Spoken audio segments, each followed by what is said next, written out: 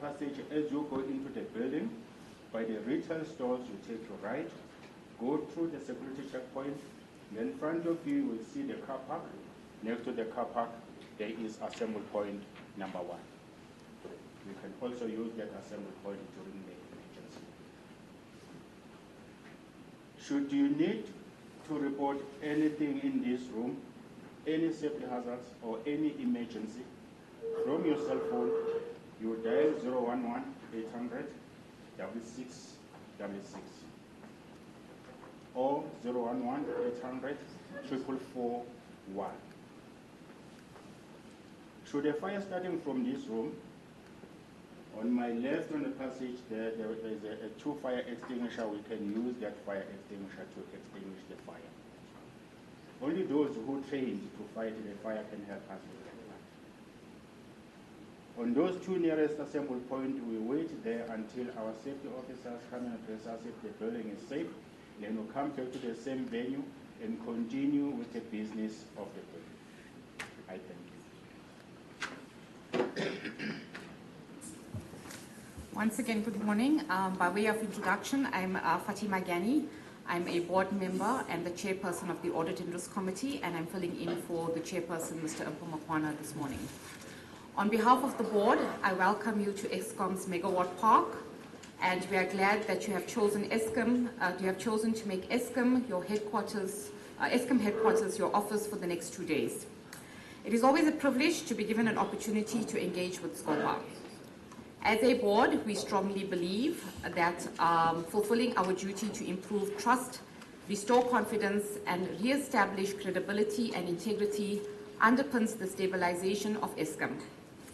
Thus, today's engagement has particular significance for us because it is a practical implementation of part of our mandate that deals with improving trust and restoring transparency.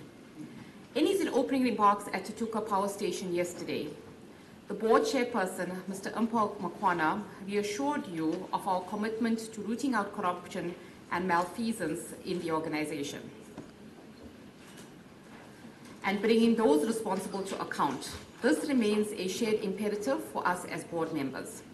We remain committed to making the bold and difficult decisions that will ensure that Eskom fulfills its commercial and developmental mandate and regains its reputation as South Africa's trusted and credible electricity supplier. We have a clear strategy in place, but also recognize that in a few years we will confront formidable challenges. Having said this, we are confident that through our collective abilities, those of our shareholder, the Eskom Board, Eskom executives and employees, we remain resolute to restore Eskom as a jewel of the nation as we rebuild trust and restore public confidence to create a better environment and society for all. We recognize the role of SCOPA in keeping Eskom true to its path. Hence, we welcome the necessary, frank and relevant disclosure. We are mindful that in order to fulfill your obligations as SCOPA, your role is to ask difficult questions. Our responsibility is to provide you with accurate, complete, and timeless information as we continue stabilizing Eskom. On this note, on behalf of the Eskom Board, I welcome you to Megawatt Park, and I thank you. Okay, thank you very much. I'm going to say to Madam Chair today because you are so. Thank you, Madam Chair. Right, let me do one final act. The name tags are there, but for ease of reference, I'm going to start there in red. This is the Honorable Mkonto. Next to her is the Honorable Bukes. Next to her is the Honorable Liz, aka Mazambane, or at times my deputy. And then the Honorable Van Minen, Honorable Siweya, Honorable Somyo, Honorable Hadebe with an H, and my name is Mkulewa Hlengwa, and we are accompanied by the full complement of the committee secretariat. So that's who we are. I think then, colleagues, let's start off with the head of legal. But maybe I think let's also get introductions from this side. And let's see all these things you need to raise before you depart at 11:30. Okay. All right, maybe then we'll start with introductions. We'll start with you, Doc. Thank you, Chair. Good morning, honourable members. My name is Claudel van Eck. I'm a member of the board. Okay. Good morning, Honourable Chairperson, Honourable Members. Caleb Kassim, Acting CEO, Eskom. Thanks. Good morning, Chairperson, Committee and all present. Mal Govender, Group Executive, Legal and Compliance. Thank you. Good morning, Chair and all members present. Jane Trisanka, Chief Procurement Officer. Good morning, Chair and all members. I'm Sumaya Nasib. I'm the Acting Group Executive for Government and Regulatory Affairs. Thank you. Good morning, Chair and honourable members. I am Seloma Major. I'm the former GM for Tutuka Power Station. Morning, Chair and honourable members. I'm Martin Buys, and I'm the Acting Chief Financial Officer. All right, thank you very much. Yes. Okay, it's Chair of ARC and... I chair the Human Capital and Remuneration Committee. Okay. All right, thanks. All right. I'm the chair of the Audit and Risk Committee. All right. Head of Legal, as I've already said in the introduction, we are here amongst others in pursuit of the issues that were raised by the former GE. So would like to get a sense of what would be your take and assessment of things in light of what has been raised and where Eskom is at this point in time, particularly around its own legal obligations, conduct, challenges, risks, the whole 9 years. So you've got a carte blanche to say what you would like to say, and then the colleagues will put questions over to you, ma'am. Thank you, Chair. Chair, there's two issues I'll speak to today. One relates to the averments made by the former GCE, both in the interview with Annika Larsen and in his book. And while I have the platform, I may just clarify some confusion that I've picked up regarding the State Capture Task Team and what that team's mandated to do. So, Chair, following the interview with Annika Larsen, we had several deliberations between myself, the CEO, and the Chairman of the Board in terms of unpacking what the next steps should look like for Eskom. Both the management team and the board have the responsibility to take those averments seriously. I think many of the averments made are not news to Eskom, so it's the risks highlighted, the issues highlighted have been highlighted in several platforms on different occasions, maybe not all packaged the way it was on that day. So what we have done is we have appointed an external legal firm to assist us with dealing with these averments. The first step was to engage with the former GCE and George Fivas, which has taken place. They have committed to providing us with a copy of the report, and the report has been requested from the SIU, who we believe has a copy of it. So for Eskom, Chair, and from a legal perspective, our focus is going to be, one, where are recoveries from a civil litigation perspective? Two, what type of consequence management needs to be implemented, be it in terms of suppliers or employees? And three, do we need additional reinforcements in terms of internal governance controls to manage some of the risks that have been highlighted where we don't have sufficient controls in place? So that work is underway. It did take a while for us to reach a point where we had agreement in terms of what the scope of work would look like, but the team is working full force.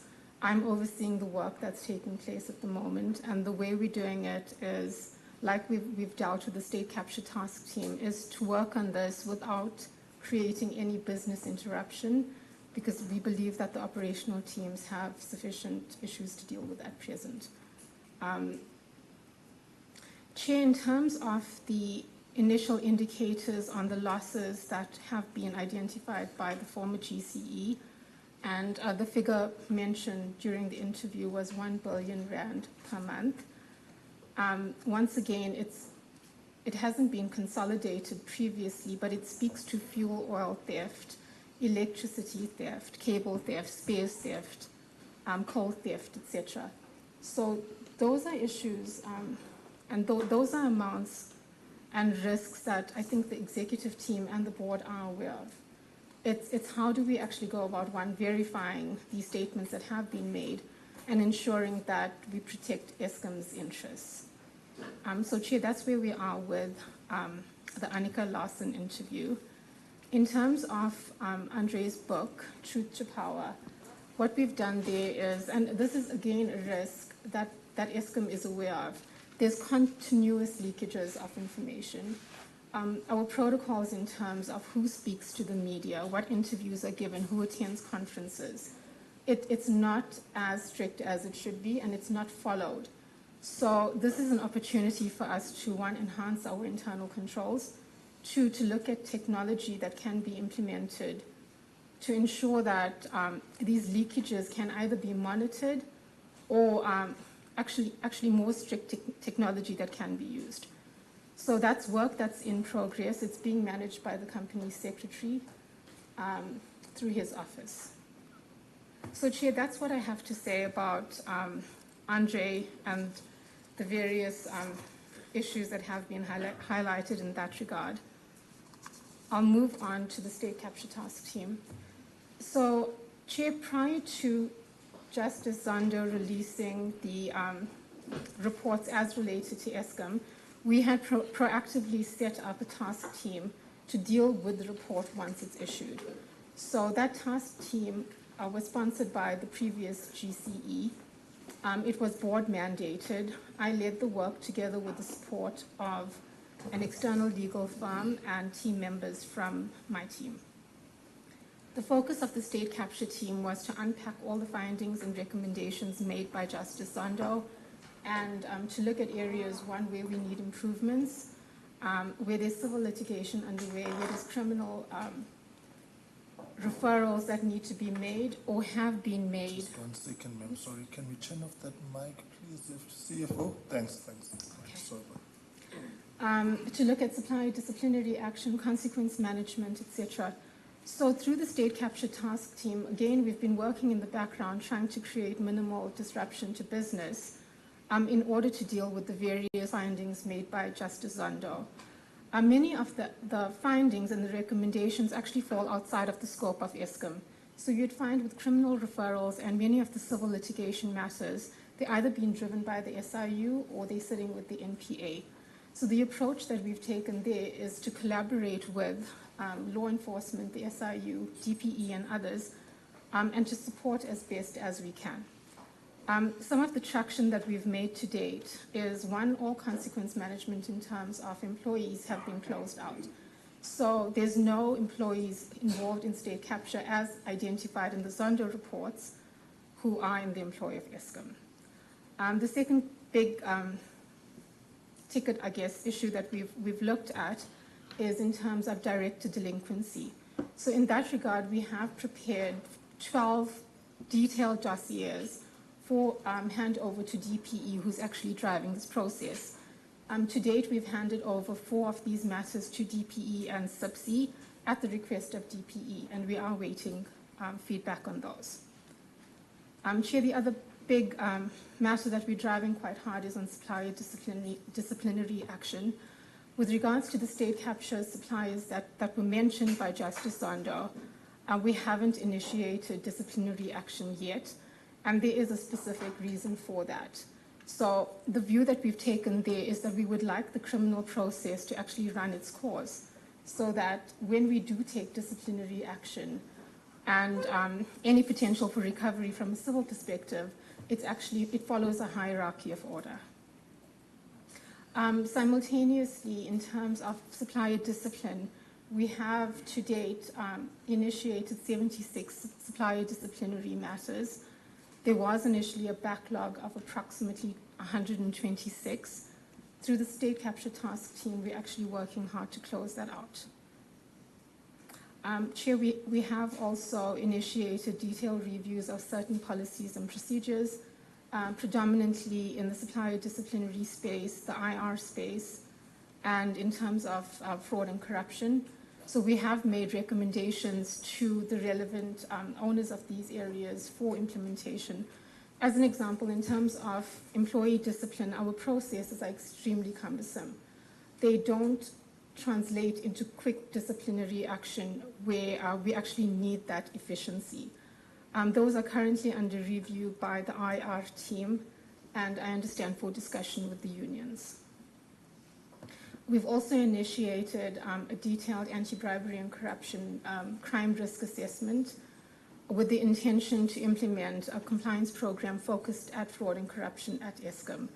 It was one area where we did identify a gap because most big organizations have these compliance programs in place to drive proper behavior. One of the other mitigating controls that we've implemented is the introduction of due diligence processes for material contracts from an anti-bribery, corruption, and sanctions perspective. Chair, I'll stop there. Thank you. All right, thank you very much. All right, colleagues, you have heard the input of the head of legal. Thank you very much. Questions? All right, Honorable Hadebe, Honorable Van Minen, stand by. Thank you so much, Chair. Again, I'm still Begi Hadebe with an H. Thank you for your presentation. I'll just ask a question and then you will respond and then I'll make a follow-up. I just want to get the understanding of your role in terms of legal and compliance. What are your responsibilities in relation to the executive management and the board? In other words, when and how are you expected to offer legal opinion to these two structures? Am I able? Yeah, no. I'm in charge. Proceed.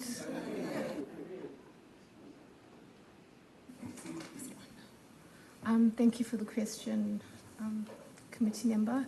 So my role is to manage all legal and compliance risks at Eskom.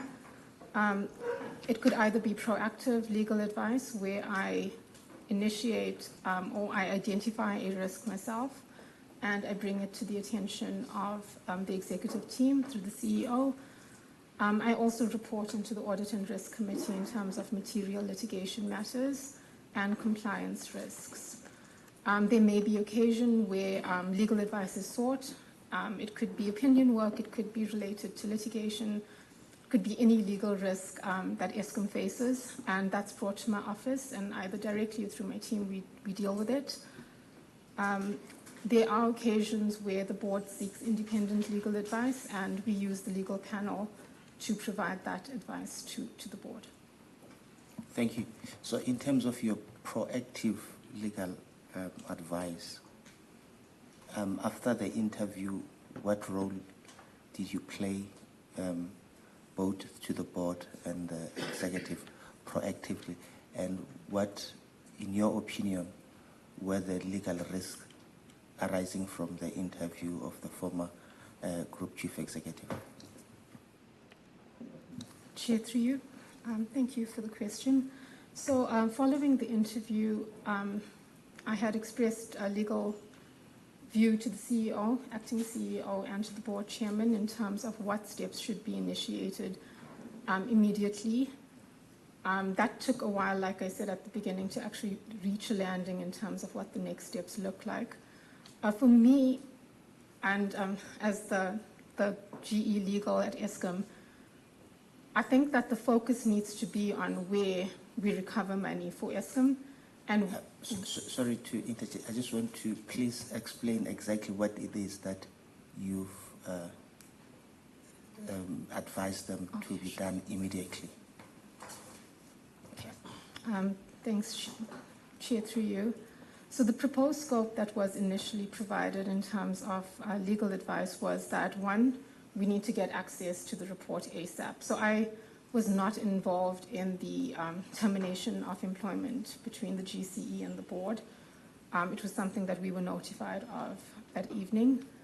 And following that, I had asked questions regarding the manner in which that termination took place and whether fair process was followed. So that's from a labor perspective. In terms of the actual comments made at the interview itself, my advice was that, one, we need to focus on areas where Eskom is able to recover losses, two, where Eskom is able to take action against suppliers, and three, where Eskom is able to take action against employees that are involved. What I had advised at the time is that the scope not include the persons referred to by Andre in his interview, issues relating to fossil fuel and the just energy transition, issues relating to water security and the turnaround of Eskom. From a legal perspective, those are probably areas where you won't add much value in terms of any legal process that's initiated. Thanks. I hope that answers your question. And that was done immediately after the interview and while Mr. de Ruyter was still a Group Chief Executive.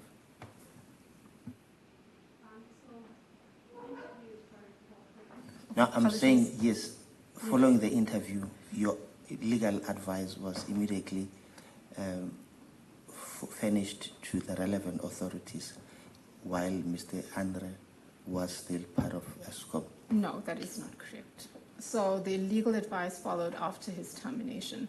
The interview aired on Tuesday or Wednesday, and many of us had actually not even listened to it. So it was only brought to our attention the next day. And following a review of the interview, I had a conversation with Andre. I had a conversation post Andre's termination with the acting GCE and with the board chairman. My question is to get to understand your role immediately after you saw the interview and while Mr. Andre was still the Group Chief Executive. Was it your advice that his contract must be terminated immediately? I was not requested for legal advice on that. Yes, I'm saying, remember I asked you, I'm going to explain. You said you offer proactive legal opinion. Didn't you see it fit at the time to advise the board and the executive to get the information that you've advised them to get while Mr. de Ruyter was still the Group Chief Executive? In your opinion, do you think the decision to terminate the contract without getting access to all the information that he alluded to, especially the information that you were not privy to, do you think that was, in terms of your role and responsibilities, a correct move, or in hindsight, don't you think the board would have done or acted otherwise? Thank you. Thanks, Chair, through you. So I'll answer the first part first. It all happened very fast. So the interview was broadcast the next day. The former GCE was at the office. We had actually worked till late that evening because we were submitting court papers.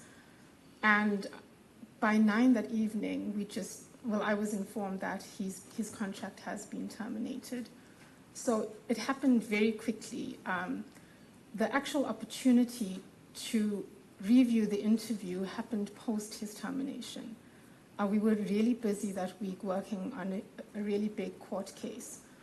I was not requested for legal advice. I did share my views with the acting GCE and the EXCO regarding the termination of his employment in the manner in which it was done. What was your view? One, I questioned the fairness. Two, I questioned what was actually said that has brought Eskom into disrepute. Because everything, let me not say everything, the risks that have been highlighted, it's not news to Eskom. So I questioned what exactly has brought the organization into disrepute. And post that, I had engaged with the CEO in terms of what the next steps should be. Since these risks have now been tabled the way it has, from a legal perspective, there are certain actions we need to trigger to protect Eskom. Thank you. So, do you think, under normal circumstances, you would have been consulted, or your opinion as a group executive of legal and compliance about the steps that the board intended to take? Or is it not necessary for you to be consulted when such a decision is about to be taken? I think in another organization, I would be consulted. I would like to imagine that the executive team would consult with me if big decisions like this are being taken.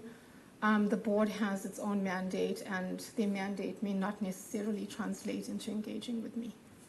Thank you. I think, just 1 second. I think the board will, at some point in our engagement, again, take us through their sequence of events.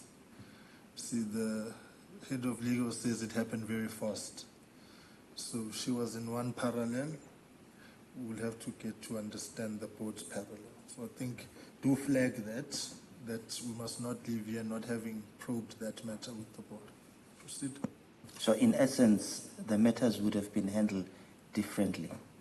If you're saying if it was another organization, you would have been consulted.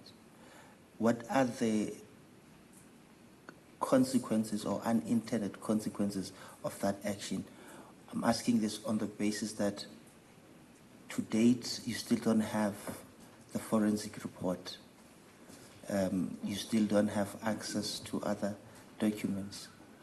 We have to call people for us to understand the issues, and the board and Eskom had an opportunity to solicitate these views from their group chief executive at the time. Do you think that was in your view, you are free not to respond, but do you think that was a correct decision to take? Have you offered a critique? Are you allowed to do so in terms of compliance, to say, I don't think this decision was taken following due process, or this particular decision, I don't think it's rational, justifiable, and if challenged, Eskom will be exposed? Have you had an opportunity to offer such criticism or advice to the board? Thanks. So I have offered that criticism to the executive team.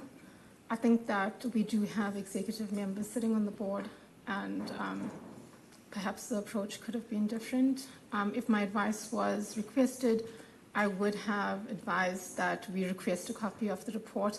I think it's given that the executive team and the fact that Andre had communicated that he is working on this investigation privately, and none of us knew the details of it. It's something that he mentioned in passing, and he mentioned at a board briefing session late last year. So if I had been requested for advice, and if I had to answer that truthfully, I would say that my advice would have been different to the actions that were taken. But like the chairman says, the board is here, and they may have a different view in terms of the process that was followed. Thank you. Now, coming to the modus operandi of the intelligence report, in your view and in your mandate, was that done in accordance to the protocol of Eskom? Knowing what you know now, do you think the Group Chief Executive acted within his mandate in relation to dealing with the intelligence report? And do you think the board and the executive were they sidelined deliberately, or was it justifiable, the actions taken at the time by the Group Chief Executive? Is it something that is to be expected given the nature and the extent of his intention at the time? Was everything somewhere within the laws and conduct powers of the Chief Executive justifiable? Thank you. Thank you, Chair, through you. So what I understand is that this investigation report was brought to the attention of the previous board chairman. So it wasn't done in complete isolation without Eskom's knowledge. I think that it is not completely untoward for a CEO to initiate an investigation of this sort. I think what's different here is that this investigation has been privately funded and is not in Eskom's books. So that's something that I've noted is different to how other CEOs may do it, where it's actually funded by the company.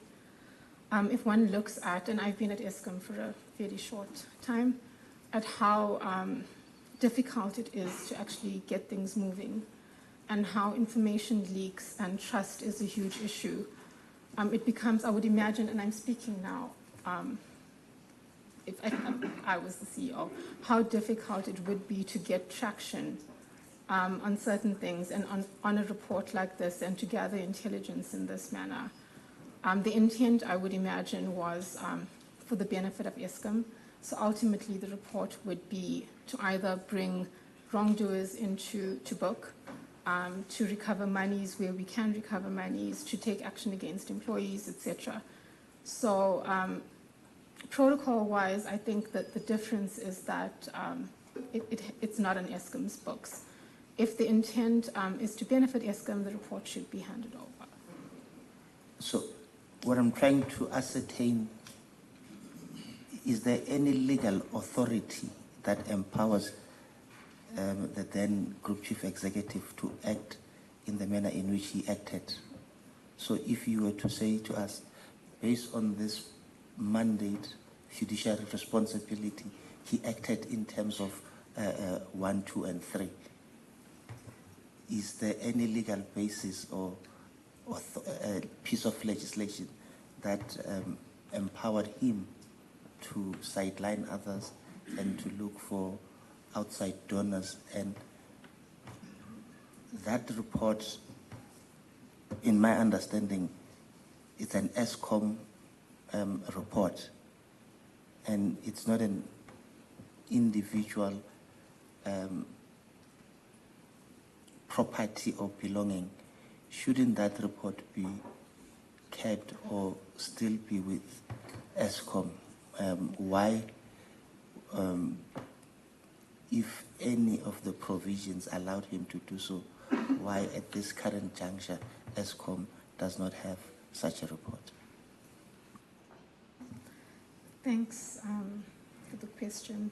So there's no legal authority that actually empowers him to do this, but as a CEO of a company, in terms of his roles and responsibilities, he would be mandated to seek independent advice in this manner for the benefit of the organization. I agree with you 100% that the report should be in Eskom's possession by now. We have been working to try and get a copy of that report, and hopefully my colleagues here from the SIU can make same available. So I understand what you're saying, and I agree with you. Thanks, Chair. Yeah. So in wrapping up, I think most of the stakeholders that we have interviewed, the former board chair, the current board, raise what you've also mentioned, that most of these allegations are not new. You are also confirming that most of these allegations are not new. And if I'm quoting you correctly, you are of the opinion that nothing untoward or that brought Eskom into disrepute, according to your opinion. or am I quoting you incorrectly? So for ease of just continue, I'll only come in if there's an intervention that's required. It helps the flow of the conversation. So my view is that nothing in the interview brought Eskom into disrepute. Nothing that was said is completely news to Eskom. So yes, confirm what you're saying. So were you aware of the cartels in Mpumalanga?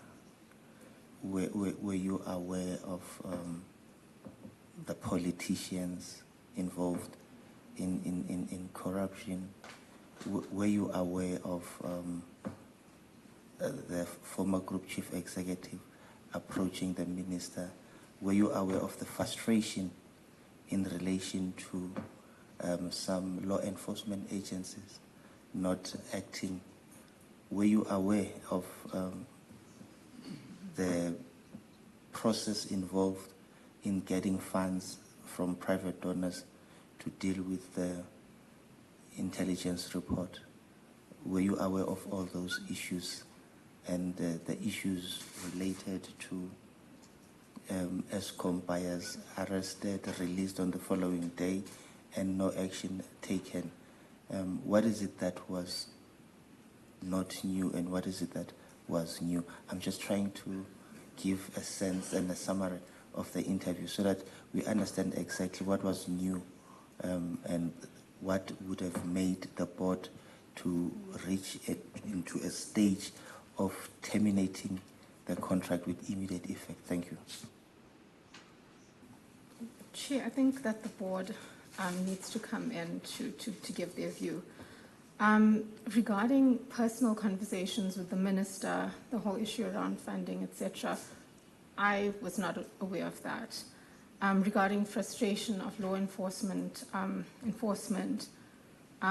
cartels, the fact that buyers were arrested and then released on very low bail the next day, those issues have been raised at the executive team. Through the media, there has been allegations regarding cartels. So I have, that's something that I was aware of. It's not something that has been discussed at the executive team in terms of cartels, but I think it is common knowledge that these cartels do exist. Thank you, Chair. Thank you very much, Honorable Hadebe. We'll come back. I'm reminded that I should have stated up front that this meeting, whilst here, is still held within the purview of the powers, privileges and immunities of parliaments and provincial legislatures. So that's clarified for everyone that is here, that the rules of parliament apply in their fullness. So I should have said that prior. There's one question about the intelligence report. I ask whether or not were you aware and the manner in which it was done, the private donors, were you aware of such? Was this matter brought before the board at any stage while you were present? Or all of Eskom stakeholders only became aware after the interview? Just that part of the modus operandi towards the final release of the intelligence report. Thank you. So it was common knowledge that the GCE was working on an investigation. As to the funding of it, I was not aware. It was raised at very briefly at a board meeting towards, it may have been November last year, I stand to be corrected, where it was mentioned at this meeting that there is some work happening to understand criminality in Mpumalanga and that this investigation was underway. Okay, so the board was aware? As far as I am, to my knowledge, it was mentioned at the meeting last year. Yes. The details of the investigation itself was not shared. Okay.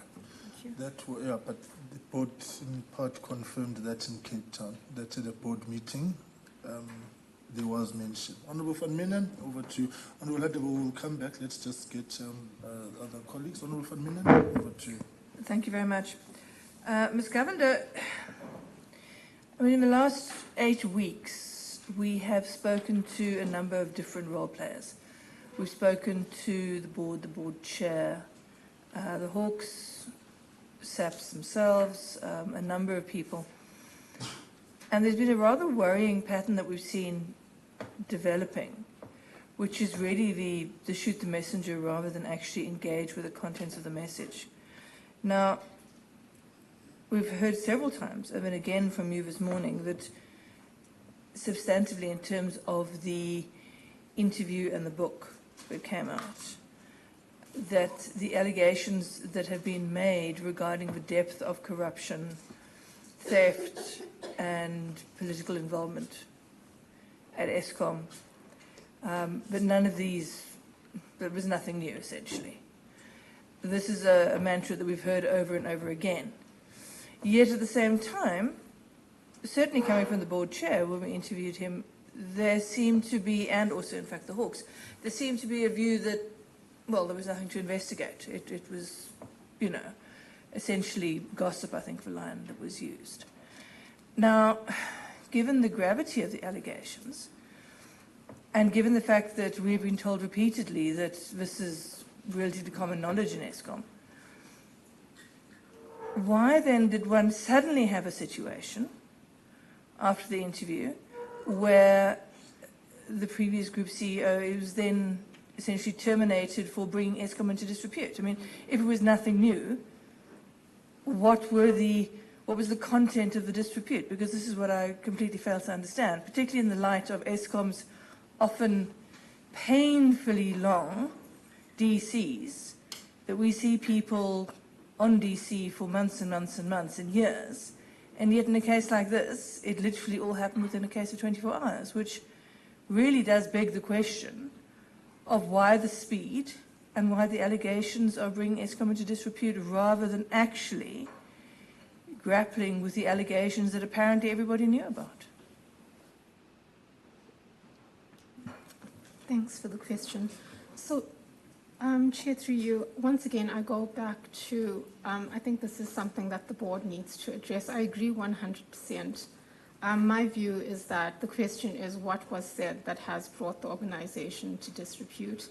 Hence, I have a slightly different view in terms of how the events could have unfolded.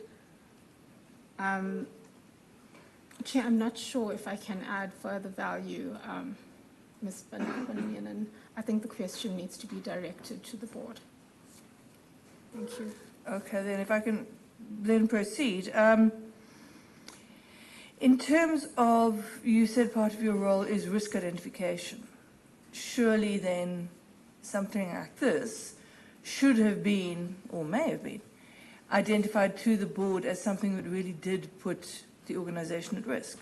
Because, I mean, we've seen what's happened in the last few months. And the statement that I found greatly troubling was the statement by the chair of the board made to us in Parliament, where he simply and very boldly stated that the allegations pertaining to Eskom have nothing to do with Eskom, and Eskom doesn't need to investigate them as they're a SAPS matter. Now, surely one would think that the board and the chair of the board in particular would be particularly interested in pursuing potential allegations that really undermine pretty much everything that Eskom is trying to achieve, if there are in fact cartels working within coal, within fuel oil, cables, and everything that goes into it, and not just with Tutuka, but in general. And I mean, one sees the tendrils of that web essentially all over the country. So surely that is a risk that really should have been identified. Thanks for the question. So these are risks that are discussed at length at various executive committee meetings and at the Audit and Risk Committee meetings in terms of, one looks at coal theft, cable theft, electricity theft. It's not new issues to Eskom. From a legal perspective, I can only take action if there's sufficient evidence that's brought before me to either pursue civil damages or otherwise. To state, and I don't mean to speak for the chair in terms of why he would state that this is a SAPS matter solely, From my perspective, it's bigger than that, because we could still have employees, as an example, in the employ of Eskom that are involved in these cartels or other form of criminal activity that we need to take action, or who we need to take action against. There may be suppliers that are still in our database that we need to take action against. So it's bigger than just the criminal element from a legal perspective anyway. Thank you.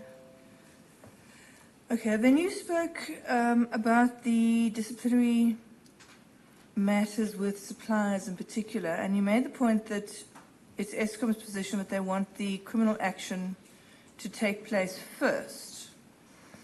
I just want to ask why that is. I mean, sure, if somebody is found criminally liable, it certainly goes a long way to assisting with a disciplinary matter. But of course, the burden of proof is completely different, and it is far higher in a criminal matter. So the risk is that people will be found, or organizations will be found to be not guilty. Does that mean a DC would not follow from Eskom? Because that doesn't make sense, because it's a completely different burden of proof, and you don't need the criminal finding in order to pursue matters, particularly if what you're interested in is, potentially civil reclaiming of monies. So, with the greatest respect, it does seem like Eskom is trying, and we have seen this pattern over the last 4 years, to evade having to bring disciplinary matters on the basis that they're trying to say, no, we need to first have the criminal issues to be dealt with. Given the fact that the role can be extremely long, there are allegations of, well, I've seen allegations that potentially there is corruption within the court system connected to many of these allegations. So we don't know what would necessarily happen there. So it does seem like a rather peculiar avenue to follow, to first want the DC, to first want the criminal matters to be wound up before pursuing the measures that Eskom already has at its disposal, which on a lower burden of proof is probably, frankly, much more likely to lead to a satisfactory result. Thanks. So the one thing I didn't mention, I actually omitted this earlier, is that all suppliers that were mentioned in the Zondo report have been flagged on Eskom's system for further work. So whilst we have not commenced with disciplinary action against these suppliers, they cannot be awarded new work without a detailed review taking place. The reason that we've actually done this is to not, for example, if a supplier cooperates in a civil process that's initiated by the SIU, or a criminal process, that would impact the sanction that's actually levied against the supplier. If there's a fine that's paid by the supplier as part of any leniency that's awarded by law enforcement or otherwise, that would impact the sanction that's actually directed at the supplier as part of a supplier disciplinary process. So that's the thinking behind it. These suppliers certain suppliers may be awarded new work depending on the services that they do provide to Eskom. But a process has been put in place in terms of which we will consider it from a legal perspective, a risk management perspective, a business needs perspective, where we're dealing with OEMs as an example. So that's the thinking behind that. Thank you. Okay, and then, in your opinion, coming from legal, do you think that the process to date has been handled as well as it could, and do you think that the necessary steps and sufficient steps are being taken in order to pursue the allegations that have happened, or the allegations that have been made on the evidence or on the information that you have seen supplied? If I may just seek clarity, are you speaking about the suppliers still, or? Sorry, I'm really speaking about, I'm speaking about everything that's really happened in the last, sort of 4 or 5 months. Do you think that sufficient action has been taken by the board and, the acting EXCO, given the information that has happened, which appears so far to be a largely hands-off sort of approach to it? do you think that more action should in fact have been taken, although you don't yet have the investigative reports, but on the information that has been supplied? Thanks. I think we could have acted quicker. So in terms of actually landing a scope that was agreed to by the relevant internal stakeholders that needed to approve it, that actually took a long while to get to. Once that was landed, we had immediately commenced the work. So unfortunately, sometimes governance at Eskom takes a long time to unfold, and that can be a frustration. Regarding the issues that have been, I think it's not completely accurate to say that it's been hands-off. I think, and I speak for myself and as a member of the executive team, we take this seriously. I take this seriously. And the intent is to actually protect Eskom's interests. We may not have acted as fast as we could have under the circumstances, but progress is most definitely being made. We have a really good investigation team that's supporting us with this. The guidance that we've received from George Fivers and his team is that we can have access to the report and consider what internally we could do for Eskom, but at no point in time should we compromise the work that's going to be taking place by the SIU and law enforcement. So it needs to be a collaborative effort. Thank you. Can you just say clarity? Pfizer has said, because there was a question by Honorable Ruyter, have you got access to the report? Just if you can clarify that last bit. Chair, the report is pending, so we have received a commitment that it will be provided. I think there were internal circumstances at play at George Fivers and with his team, which has delayed the provision. Thank you. That suffices. Honorable Mkonto, over to you.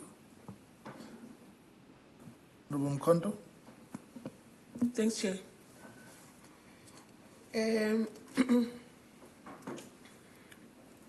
Chair, from the responses that Ms. Govender has given to my two colleagues, I think I have understood her well when she says she is responsible for giving legal and compliance advices to the board and the executive, meaning the entire Eskom. I want to go back to the basics. When the former group chief executive did not agree to undergo vetting, because to me that is a compliance matter, what advice did you give to the board to mitigate this compliance matter when the former group CEO said, no, I'm not going to be vetted? Chair, I don't necessarily think that's a compliance issue, but that information became knowledge to many of us at the SCOPA briefing session late last year, where we became aware of the former GCE not being vetted. At that point in time, I offered no advice to the board. Thank you. He was already on his way out and serving his notice at the time. Thank you.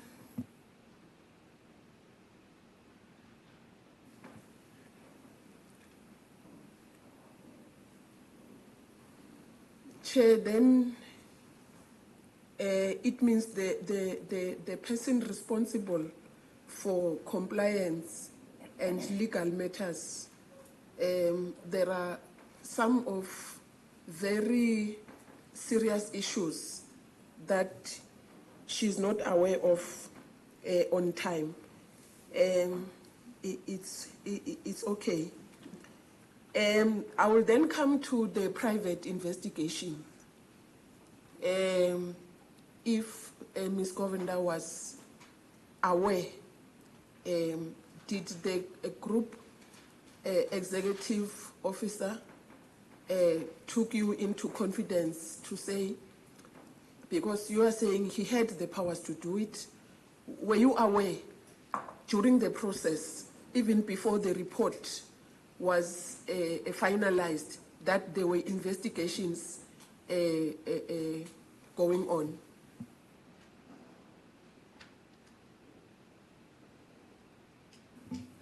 Thanks, Chair. At no point in time did the former GCE take me into his confidence and share the details of this investigation. Like I mentioned earlier, he had mentioned it in passing on several occasions, and he had specifically mentioned it at a board meeting late last year. As the Group Executive for Legal, I would have thought that once the report was finalized and legal action was due to be taken, I would be engaged in a formal manner. Thank you, Chair. Be that as it may, are you aware of any Eskom employees that were interviewed by the private investigators, or any Eskom documents that were given to the private investigators? According to your knowledge, do you have anything that you know as far as that is concerned? I can answer that in the negative, Chair. I was not aware. Thank you. Oh, I am not aware.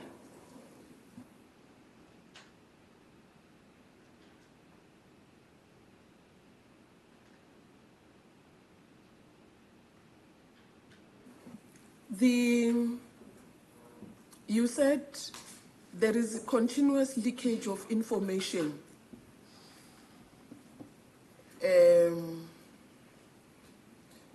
As a person responsible for risks, are there any confidentiality clause, or are there any lessons that you have drawn from this de Ruyter saga? And are there any confidentiality clause that people at the executive level are made to sign? Or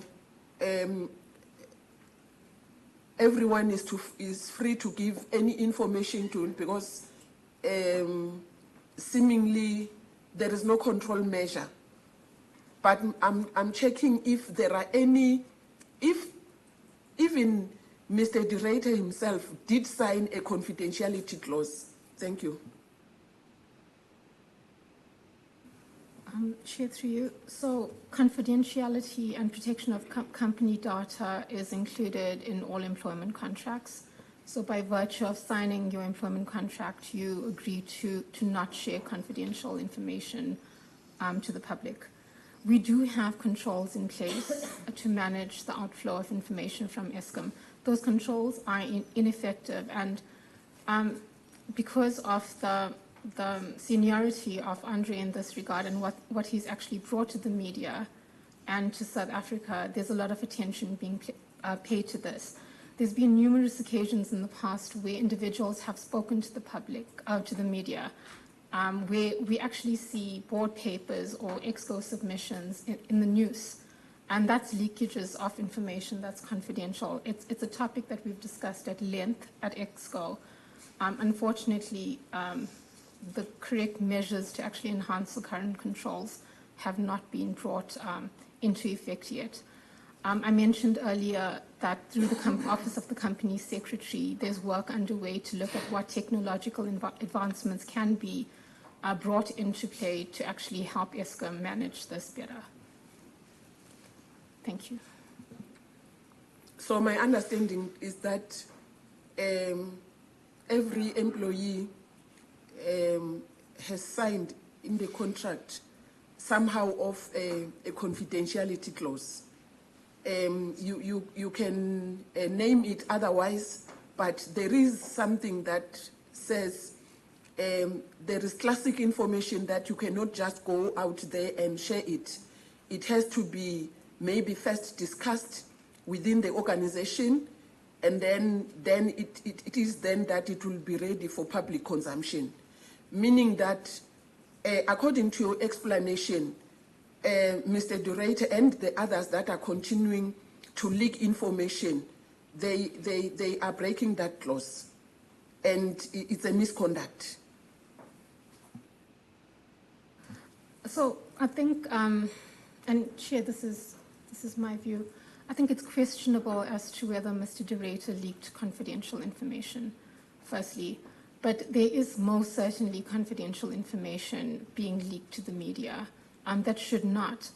And often we find ourselves as Eskom management on the back foot because information goes out to the public and it's misconstrued. And it becomes very difficult to actually address the narrative that's sort of making rounds. Thanks, Chair. According to your analysis, when reading the book, I want to hear your personal analysis. When did he start writing that book? If you look at how he narrates the events in the book about Eskom, when did he start writing that book? I say this with the utmost respect. I cannot answer that question. I've read the book. It appears to be a narrative from day one in his experience up until the point where he exited the organization. I'm not aware of when he started authoring the book. Thanks. Okay. As I said personally, but then Mina, as a person responsible for compliance, I would be having an interest to learn from the book as a SCOPA a member. My analysis is that he started writing that book from day one he was here. The way he is narrating the events, he can't remember something that happened, seemingly that he started writing this book when he was here. So instead of performing his duties, his roles and responsibilities, to me it appears he was busy with that book and the private investigation. And to me, that is a risk on itself. So, but then maybe there are lessons that all of us have drawn from that. Thanks very much, Chair. Okay, thank you very much. Housekeeping rule, please use that door and not this door. Right, the one on the far end. Right, not this door, the far end door, because goodness did it is this kasha lapha and it's causing a problem. Right, Honorable Somyo, and then Honorable Liz, stand by. Yeah, we'll finish the members and then we'll come back around to so I've got a list. Honorable Somyo. No, thank you very much, Chairperson.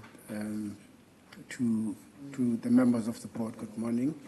And I think GCEO, colleagues. The head of legal narrates her engagement in as far as her work as providing advice, opinion. What extent of such advice in providing it either to the executive nor the board? To what extent would you weigh your advice?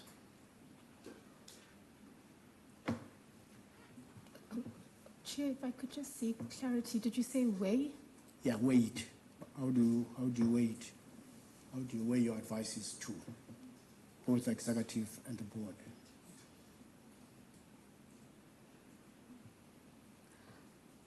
Chair, it's not very often that I provide advice to the board directly, unless there are material matters that we are working on where I need to actually give the board either a heads up or guidance in terms of what the next steps look like or material risks that we are dealing with from a legal perspective. In terms of Exco, it's day-to-day advice. So as the need arises, EXCO is kept abreast of legal matters that Eskom is currently facing. It's often, the advice that I provide is often of a strategic nature, material matters, etc., and day-to-day runnings of the legal department are dealt with by my team.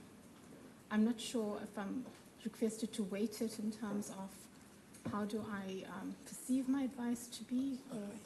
I suppose the question is about how is it received. Right? It's in the conveyor belt of decision making. Does it make a material marked difference? Is it taken into consideration? I think that's, so I would imagine that what Robson was saying, you are posing advice to the board or whoever.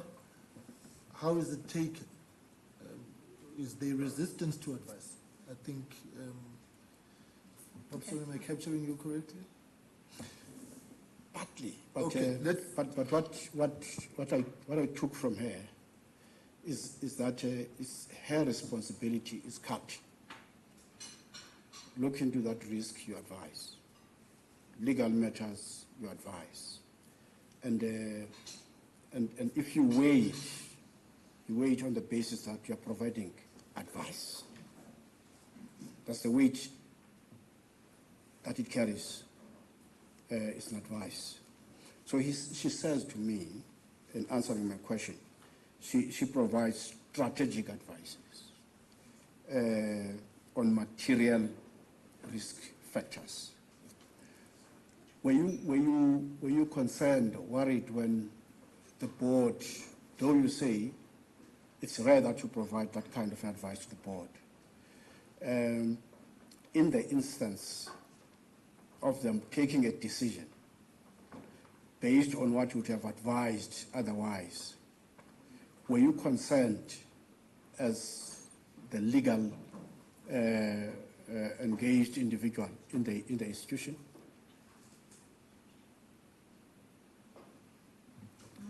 Thanks for the question. I was concerned, yes. I had voiced my concern to the acting GCE and to the EXCO team members post us being informed of the termination. The other levels of concerns related to how this would actually be viewed by the organization itself, and this is not a legal issue per se, but as an executive in the team.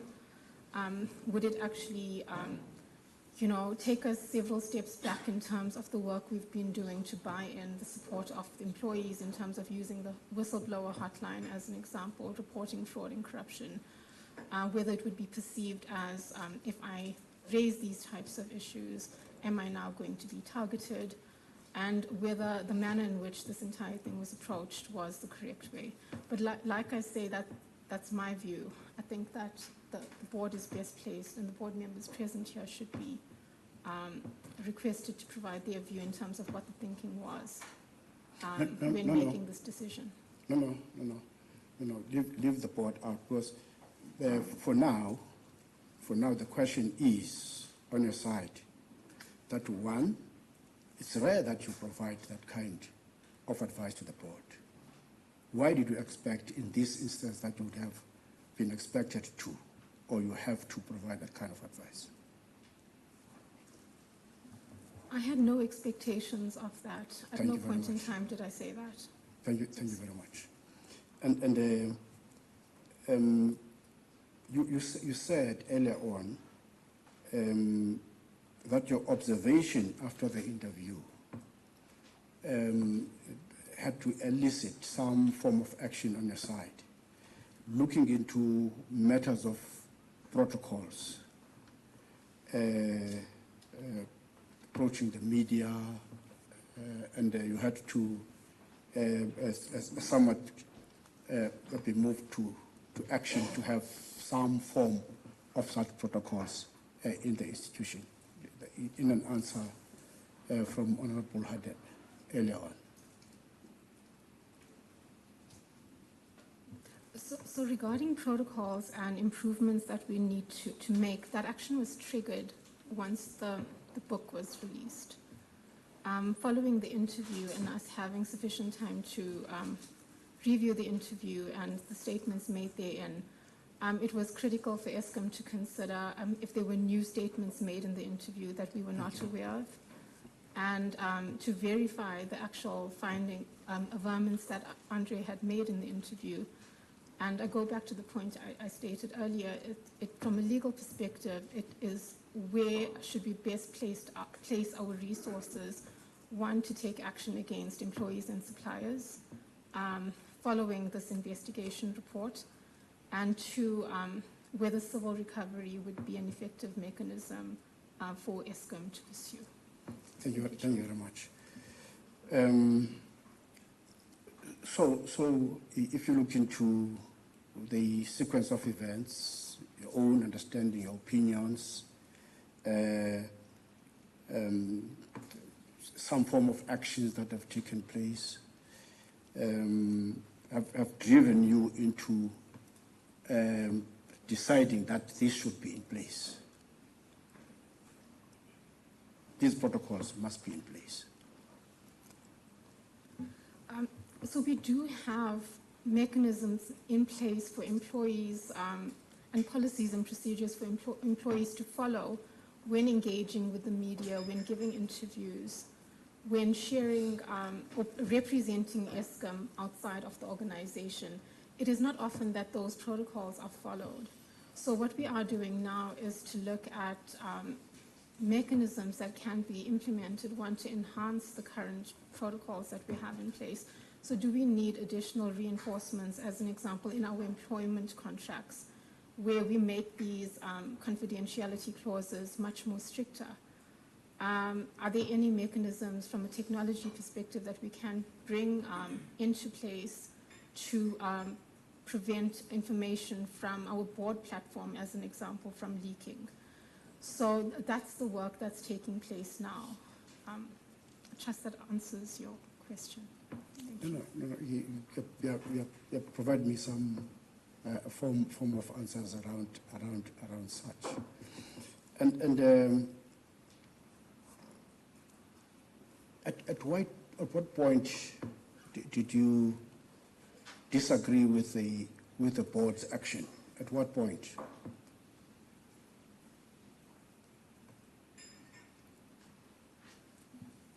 Okay, thank you. So the day post Andre's termination, we had a briefing session with the executive team and the board to discuss what the next steps and certain actions that were imminent, that were being led by the GCE. Post that meeting, I had shared my discomfort with the executive team. Thank you. Unfortunately, I've read the book. Now you have read the book, and then you came into looking into these protocols and so forth. Even when you read the book, your view was still content that you hold your view as previously held on the or against the action taken by the board. Yeah, so the book was released post former GCE's termination of employment. So it's difficult to actually comment on that. I think if the book was released during his employment, there's certain statements made in the book, whilst it's a personal narrative of how the GCE perceived his experience at Eskom. I think some of the information shared could, it's quite risky, I would say. Thank you. No, but Ms. Governor, you say after you've read the book, then you looked into the protocols and you said something needs to be done around those matters. That's your statement. That's what you said. Yes. So, as I said, leakage of confidential information has always been, since my joining Eskom in any case, has been an issue that we've been grappling with. We've had several discussions in terms of what improvements could look like, and that hasn't taken place. So through the Office of the Company Secretary, I was approached to consider what legal action needs to be taken post the release of the book. My advice at the time was that we focus our energy on looking at how to improve Eskom's protocols and procedures in order to prevent confidential information from being leaked. There were several questions posed regarding whether any form of legal action needs to be taken. But at this point in time, it's still under consideration. My view was that it's not the right place to place our energy and resources, our costs into, and we'd rather take the same effort and look at how we can improve Eskom's current governance controls. Thank you.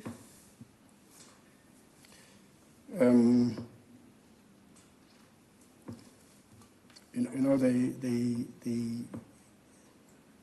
point I'm happy about on your response is that you have in a sequence of events, the things that you see, the things that you don't agree with, but the things that sought objectively to deal with matters that you're worried about, and you take action accordingly based on what you are concerned about. Why I'm saying take the board out on the matter is that you are accountable to the GCEO, and that's why all the time you have been with the GCEO. You see, the former GCEO, all the time you have been with him. Whether he attends this and other meetings, you'll always be there. And that indication is so clear on what he said to us on the basis of the statement, not statement, some kind of a write-up that he given to us. There is that indication that you have been always, in as far as the cut of the story is, you have been with a former GCEO.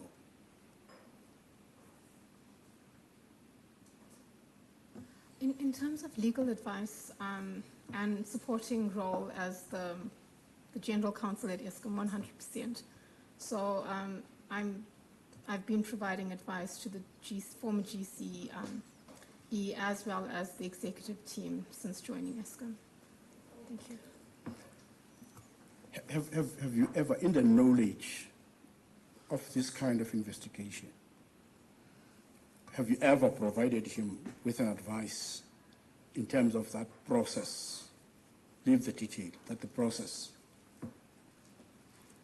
No, I wasn't aware of the process itself. As I've said several times already, we were aware of an investigation that was taking place, but the details in terms of the process followed, the funding that was being provided, etc., I was not personally aware of that. Thank you. Oh, so you are not aware that process is taking place from which point to any other point? Correct, yes. Okay. Do you have the report? So, like I stated earlier, we have requested a copy of the report from George Fivers. There has been initial engagements between our legal team, external legal team, and George Fivers, and with the former GCE. The report is pending. We have also requested a copy of the report from the SIU.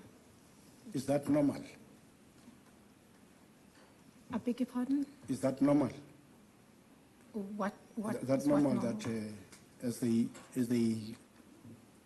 someone supreme in providing advice into the institution, that wouldn't have a report which the institution ought to follow one way or the other.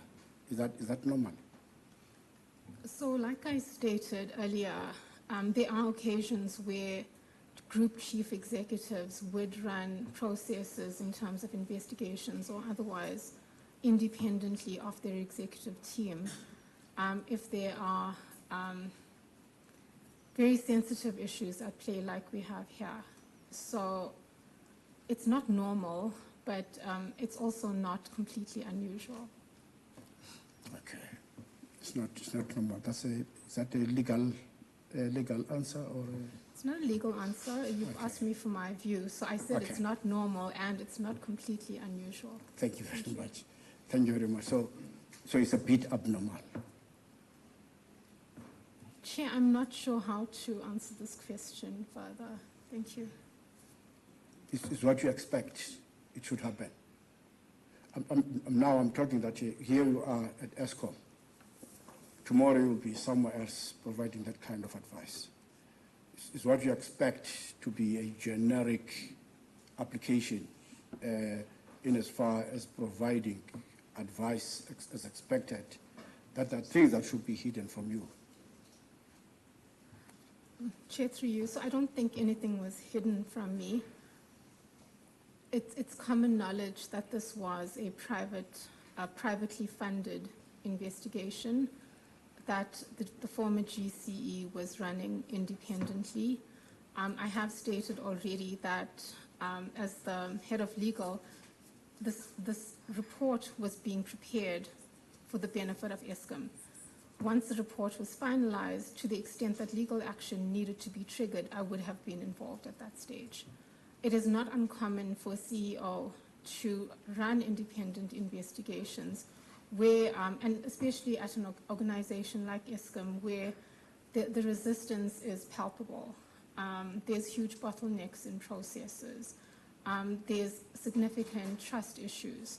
So I'd say even more so at a company like Eskom, would an independent investigation such as this, I wouldn't say it's unusual, no. Thank you. Okay. You're answering what I didn't ask. I was asking, as it pertains to you, who supposed to provide that advice, is it unusual that you should be ignored? You should not know what is actually happening. So your expectation is that the things that you are, at the end of the day, as the institution should carry through, that you're not privy to. So I'll answer the question again. Maybe this time it would be sufficient. So I don't run investigations. We have a separate department that actually deals with that. At a point in time where legal advice is requested and any legal action is required to be taken, I would have imagined that I would have been involved at that point in time. So the investigation report, as far as I'm aware, was not finalized and was not in a position for legal action to commence. I don't think I was ignored. I think this was, like we all are aware, this was an independent process that the former GCE was running. Thank you. In your knowledge, when was the report finalized? In your knowledge, when was the investigation finalized? Chair, through you, I don't know whether the investigation has been finalized. We are waiting for a copy of the report. Once we actually have sight of the report, I would be in a position to better understand what the status of that report is. Have you been in meetings where briefings took place based on that report? Like I said earlier as well, it was mentioned at a board briefing session late last year that there is an independent investigation taking place, the details of which was not shared. It's only after the interview that you have known that there are matters that need to be taken in the legal format to that report. Was only that time. So, okay, I'll go back a step. So many of the issues that were raised during the interview have been discussed at Eskom. Some of them are currently either under investigation, or in certain instances there may have been consequence management levied, etc. Sorry, what was the second part of your question? I'll ask only one question. That is it only after the interview that you would have known that some legal steps ought to be taken in as far as the report is concerned? So I don't know to date whether any legal steps ought to be taken. We are waiting to get visibility of the report so we can actually determine what legal action, if any, should be taken. One, to recover money on behalf of Eskom. Two, to take action against delinquent suppliers. 3, to take action against employees that may be implicated, and 4, to look at areas where we can enhance our current governance controls. No, but you said earlier on that the disagreement with the action taken by the board was based on the fact that things which were raised were not amounting to Mr. de Ruyter having been taken an extreme point of solidifying the stance which the board has somewhat taken. I think the issue is that you said nothing in the interview, in your view, brought Eskom into disrepute. Yes, Chair, and what I meant by that, and I stand by that, because the issues raised regarding coal theft, the criminal conduct in Mpumalanga, you know, the bottlenecks within Eskom, resistance by Eskom employees, these are not new issues to Eskom. That is what I meant. The detail regarding the mafias and the level of criminality taking place, there is perhaps new information, additional information in the report that may influence legal action that can be pursued. I suppose then the nub of the issue becomes, was it appropriate for Eskom to have learned about the new substantive detail in the media, bypassing internal processes which quite clearly none of you were aware of? I think then that's the nub of the issue, which goes to the issue raised of leaks, the confidentiality, and so on and so forth. So I imagine a situation, right, none of this is new, which has become the categoric statement in part. We agree with you. We've heard a lot of testimony and submissions from the SIU, right? But it's never been in detail. Right? Then the GCE substantively and in detail puts that publicly in an interview and not to yourselves. Is that then not the breach of confidentiality, the new information? So now he speaks in detail. Never engaged you in detail, but he engages the media. I think that's where Babsonia is angling. So if you can respond to that. Thanks, Chair. I think there most certainly was a breach of process, and I'm assuming the board members will speak to that in terms of what the protocol is and what led to the termination. As to whether that brought the organization to disrepute, I struggle with that concept. Thank you. Chair, you've asked for my view, this is my view. Perfectly fine, and as I've said, you are well within your rights, and if you are protected by the rules, don't worry. There's no, it's just we're trying to understand, and I think this must be clarified, the thinking of the people in the institution at their material compartment, so that we can get a sense of the whole scenario, which is, so what was happening at League, what was the thinking there, and so on. So you are all is good. Babsonia, as you wrap up, Mazamba, stand by. Yeah, I'm wrapping up now. I'm wrapping up, Chair. The last point which I would want to bring to her attention, that the extent of the interview was not narrowed into Eskom.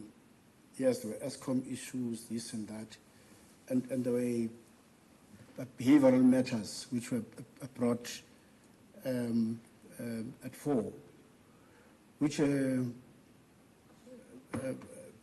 listening to the interview, some of them, I think the chair has alluded to. The other one is the Marxist thinking of the ANC, people who are not knowing what they do, and some flack which has been put into such organizations.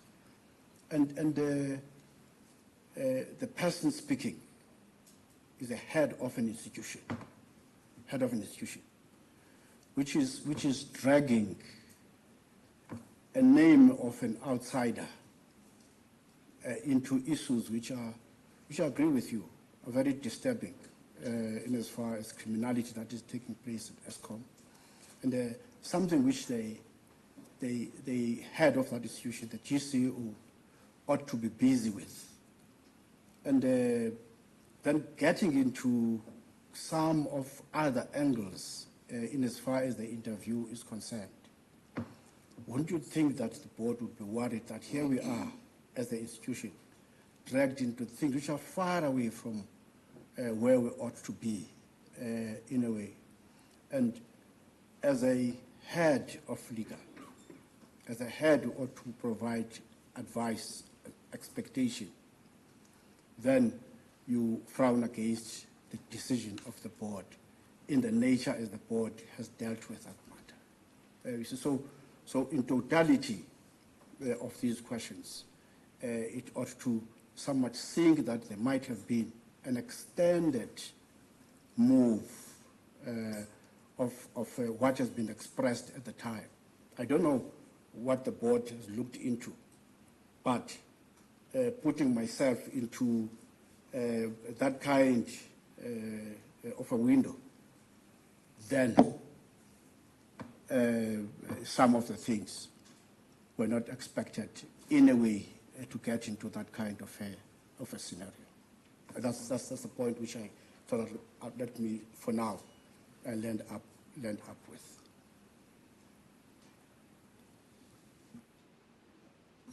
I'm not sure what the question was.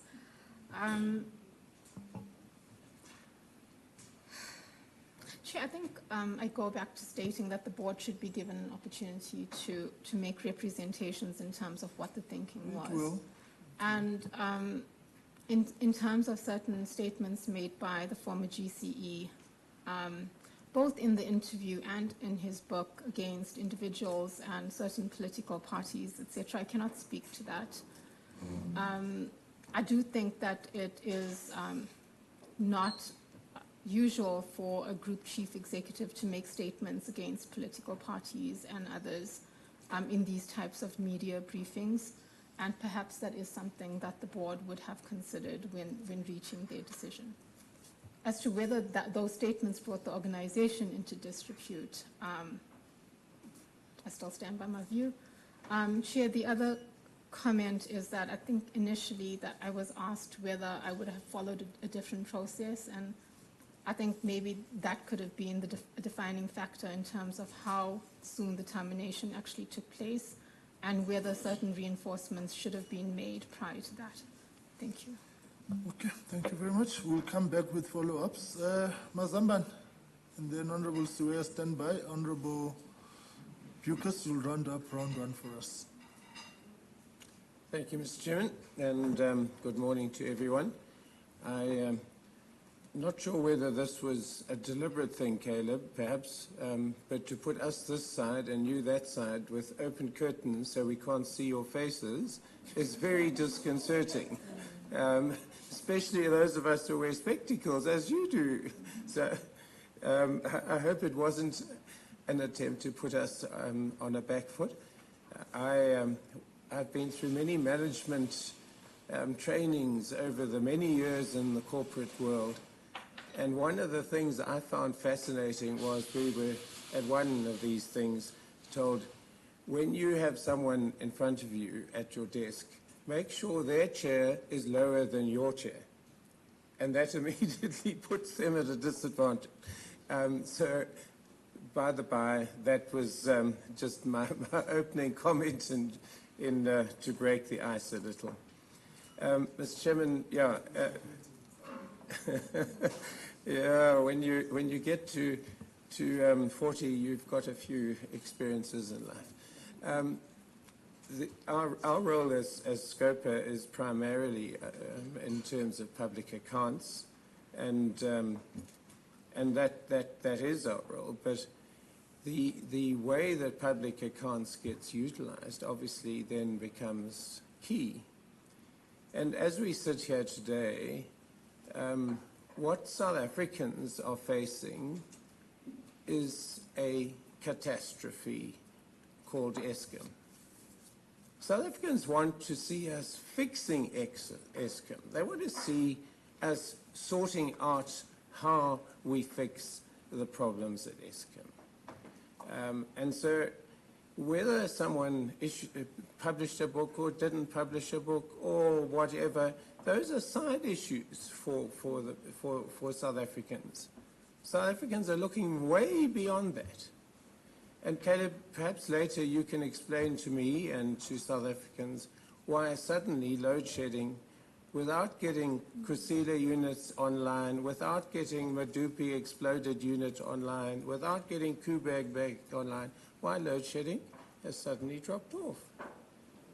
It's fascinating. It's a question I get asked all the time, and I say, well, you know, winter maintenance is reduced. You may be able to confirm that or not confirm it. But the point is, South Africans want electricity. They want it 24/7. They don't want load shedding, and they want the criminals caught. So, Ms. Governor, you know, what is it going to take then to get rid of those other people employed by Eskom, whom you suggest may still be there, creating the havoc that's causing electricity supplies to be short? Do we need another Zondo commission? Because you're saying everyone who is fingered in Zondo has been sent home, fired. Is that, I think I heard correctly. But no one since Zondo? Why, do we need another Zondo? You see, the problem really for me is exactly the point that Benedicta was making earlier about the lack of urgency or the pushing aside of responsibility by your board. Your board should be the new Zondo Commission, not fussing about extraneous issues, which may or may not be right or wrong. I can't comment on that. But your board should be focusing on how you get rid of the criminals within your organization and outside the organization, the cartels. Is that what your view would be as well? Because if I had been a board member of Eskom when Andre did his expose, I would have said, Andre, that was very naughty, you should have spoken to us first. But, I want that report. You're going to stay with us now until we get everything out in the open. You can't leave. But it seems the board was very keen to see the back of Andre. And consequently now, how many months later, 6 months later, you still don't have a copy of this report. It's all over the place. You don't have it, but it seems to me that every journalist has it. So I don't know what question I have for you in a legal point of view, Ms. Governor, because you've answered a great deal about that. But perhaps one is that keeps being focused on around the table. In your opinion, and this is your opinion, and you may choose not to give me an opinion, are there grounds in any way to take legal action for the conduct of Andre de Ruyter during his interview or published in his book? He's no longer an employee, so he can't take disciplinary action. In your view, and I think I know your view already, but let me just get some reinforcement. In your view, are there any legal grounds, you've read the book, you've listened to the interview, to take legal action? Chair, through you. So, Honourable Lees, I have to agree with one thing that you said, if I may first. I think that we're focusing too much on Andre and what he said and what's in his book and all of that. I think our attention, and I've said this several times to the CEO who supports me, is how do we actually take the additional information that we have at our disposal and improve Eskom? That is where I would like to focus my attention on from a legal perspective and from a governance perspective. And that's sort of what I've been directing on the side. Regarding legal action against him on the interview and the book, on the interview itself, like I said, several of the issues that he had raised are known to Eskom and known to the public. In terms of the book, I think individuals may have cause for legal action if they want to pursue a long, drawn-out defamation case. However, from an Eskom perspective, my advice to our company secretary who's leading this work is that let's focus our resources, our limited resources, on how do we improve our current governance, because it's something that has been lacking in terms of leakage of confidential information. Some of the information that was shared in the book regarding board meetings, etc., whilst individuals weren't named, I think they are questionable. It's quite risky of him to have included some of the information, but I would assume that he would have sought legal advice before doing so. Personally, as the General Counsel at Eskom, I wouldn't advise Eskom to pursue any form of legal action there. But like I said earlier, it's something that is being considered. I am on my way out of Eskom, so I leave at the end of June, and perhaps a different route would be followed then. Thanks. Thank you, Ms. Governor. So I'm somewhat distressed to hear that you're leaving, because you're actually becoming another de Ruyter in a sense, which no, not in the way that you're thinking, but just leaving a dying organization or a dead organization, and we need everyone to be focused in the same direction, as you are suggesting should be the case. So you spoke about the action of a chief executive to in any organization. Does that is that telling me that you've had some extensive experience in other corporations that perhaps were public in the sense of shareholders as opposed to shareholders of the taxpayer? Chair, through you. So my previous employment is in mining. So I held a senior role at a mining company previously. And there were instances where, due to the nature of crime, the nature of fraudulent activity internally, by certain, it could be executives or managers, etc., investigations can be held, mandated by the chief executive or the ASIP president or others, which a general counsel may not always be privy to. However, at a point in time where legal action is required to be taken, you are brought on board, because that's the mandate of a general counsel. So it's not something that I haven't seen before. Thank you. Thank you, Ms. Governor. Yeah, so as a lot of my colleagues have said, repeatedly we've heard that this is new, not new, not new, not new. Of course, to those of us on the outside, a lot of it is new. What surprises me a little bit is that we've had over the last number of years, I don't know, the chair will correct me, 4 or 5 years since our term started, Eskom coming and telling us stories. And I'm deliberately using the word stories, because we should have known more about what was going on, and it wouldn't be a leakage. I am concerned that there's an attempt to close down leakages because we don't want us, Parliament, people of South Africa, to know what's going on. So, my question to you is that to you guys it wasn't new, but it seems to me there's been a great deal more emphasis and effort made since the revelations by Andre de Ruyter. Is my perception wrong? Has there not been extra emphasis on trying to hold people accountable? You yourself have reported about what you've done since the war. Am I right?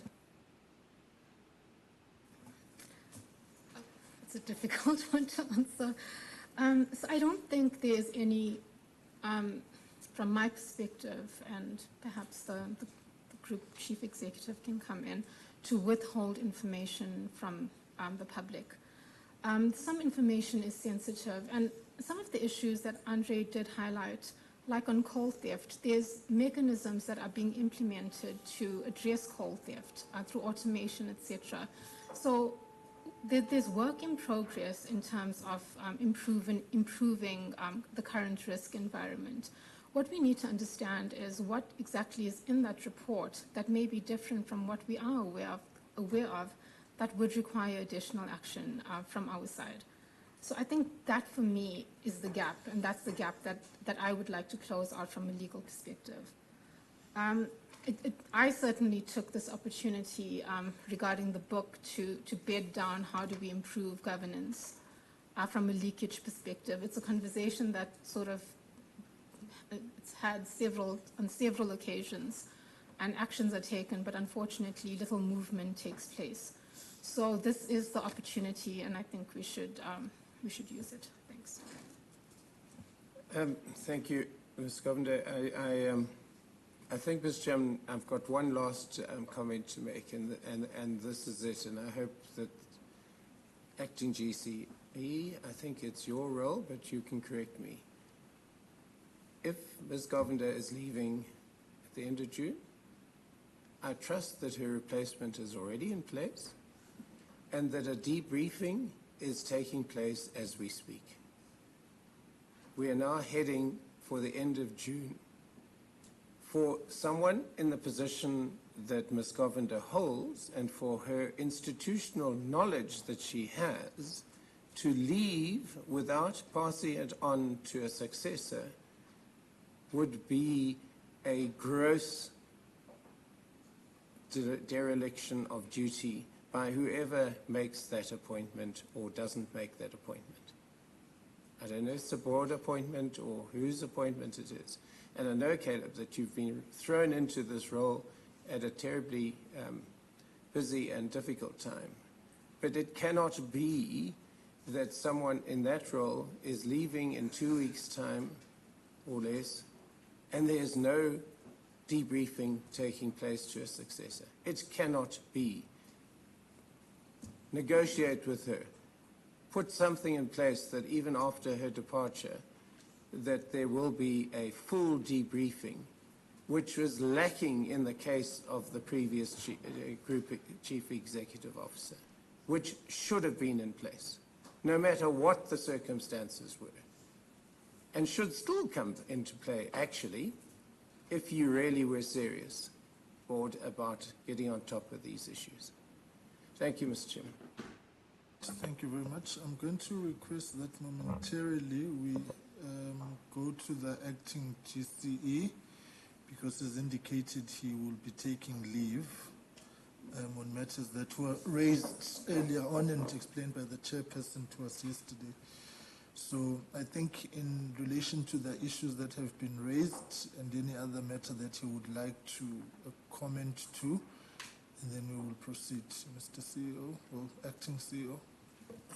Thank you, Honourable Chairperson. Maybe just to Honourable Lisa's question, we are in the process of seeking a replacement as head of legal. We have not concluded that process as yet. I will engage with Ms. Govender around... Just 1 second, sorry. I think then rather open those curtains, because we can't function with that light that's being turned on. It's just not going to be possible. It just won't. Okay. Right. Sorry, CEO. Yes. Honourable Elise, yes, I'll definitely take your advice to engage with Ms. Govender around the debriefing. Other than the documentation, I think it's very important that you have that physical handover. Like you said, Honourable Elise, when I was asked to act, I went into this role with no handover. And you're just dealing with whatever issues. Yes, it did help being the CFO and sitting in the board meetings.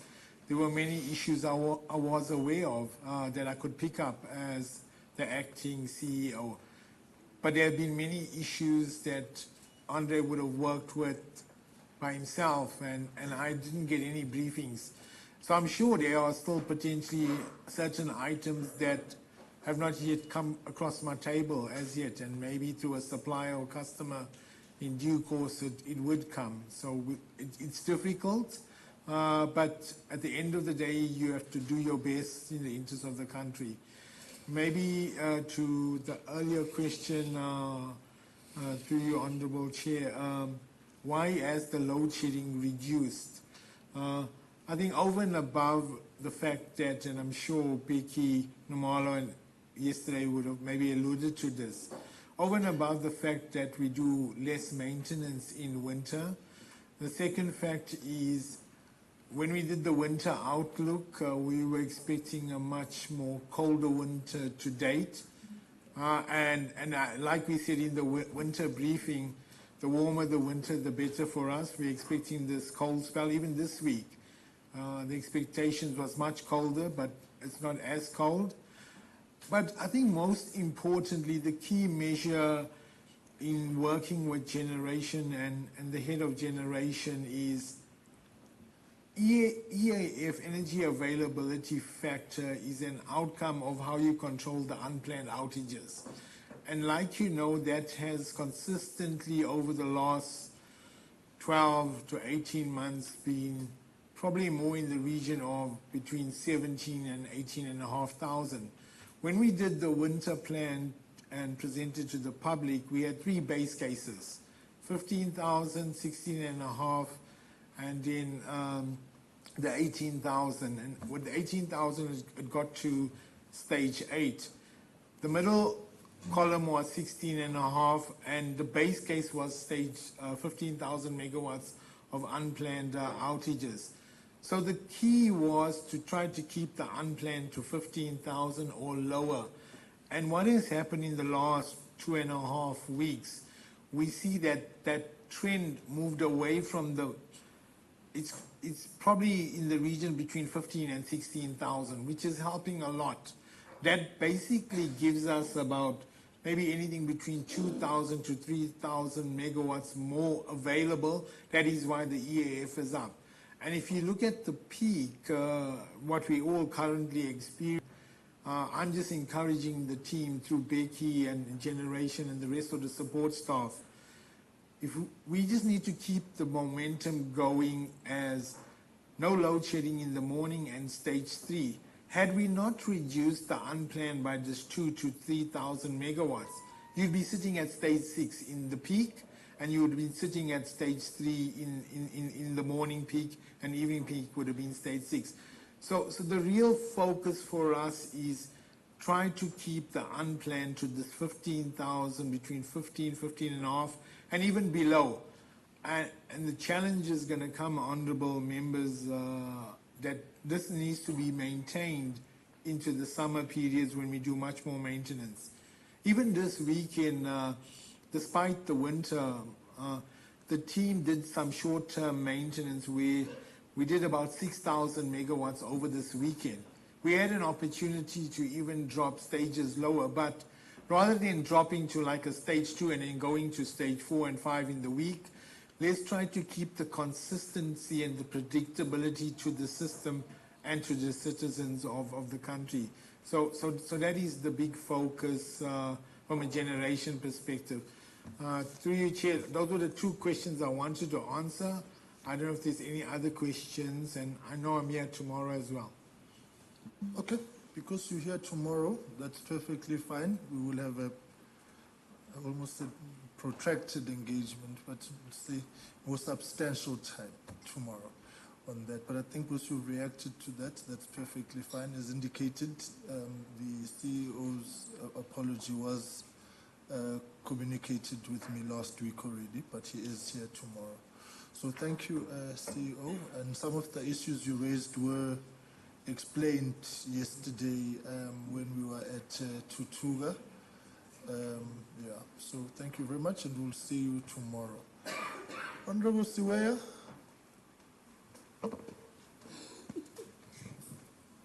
Thank you, Chair, and good morning to the board members, the CEO and your team, and my colleagues.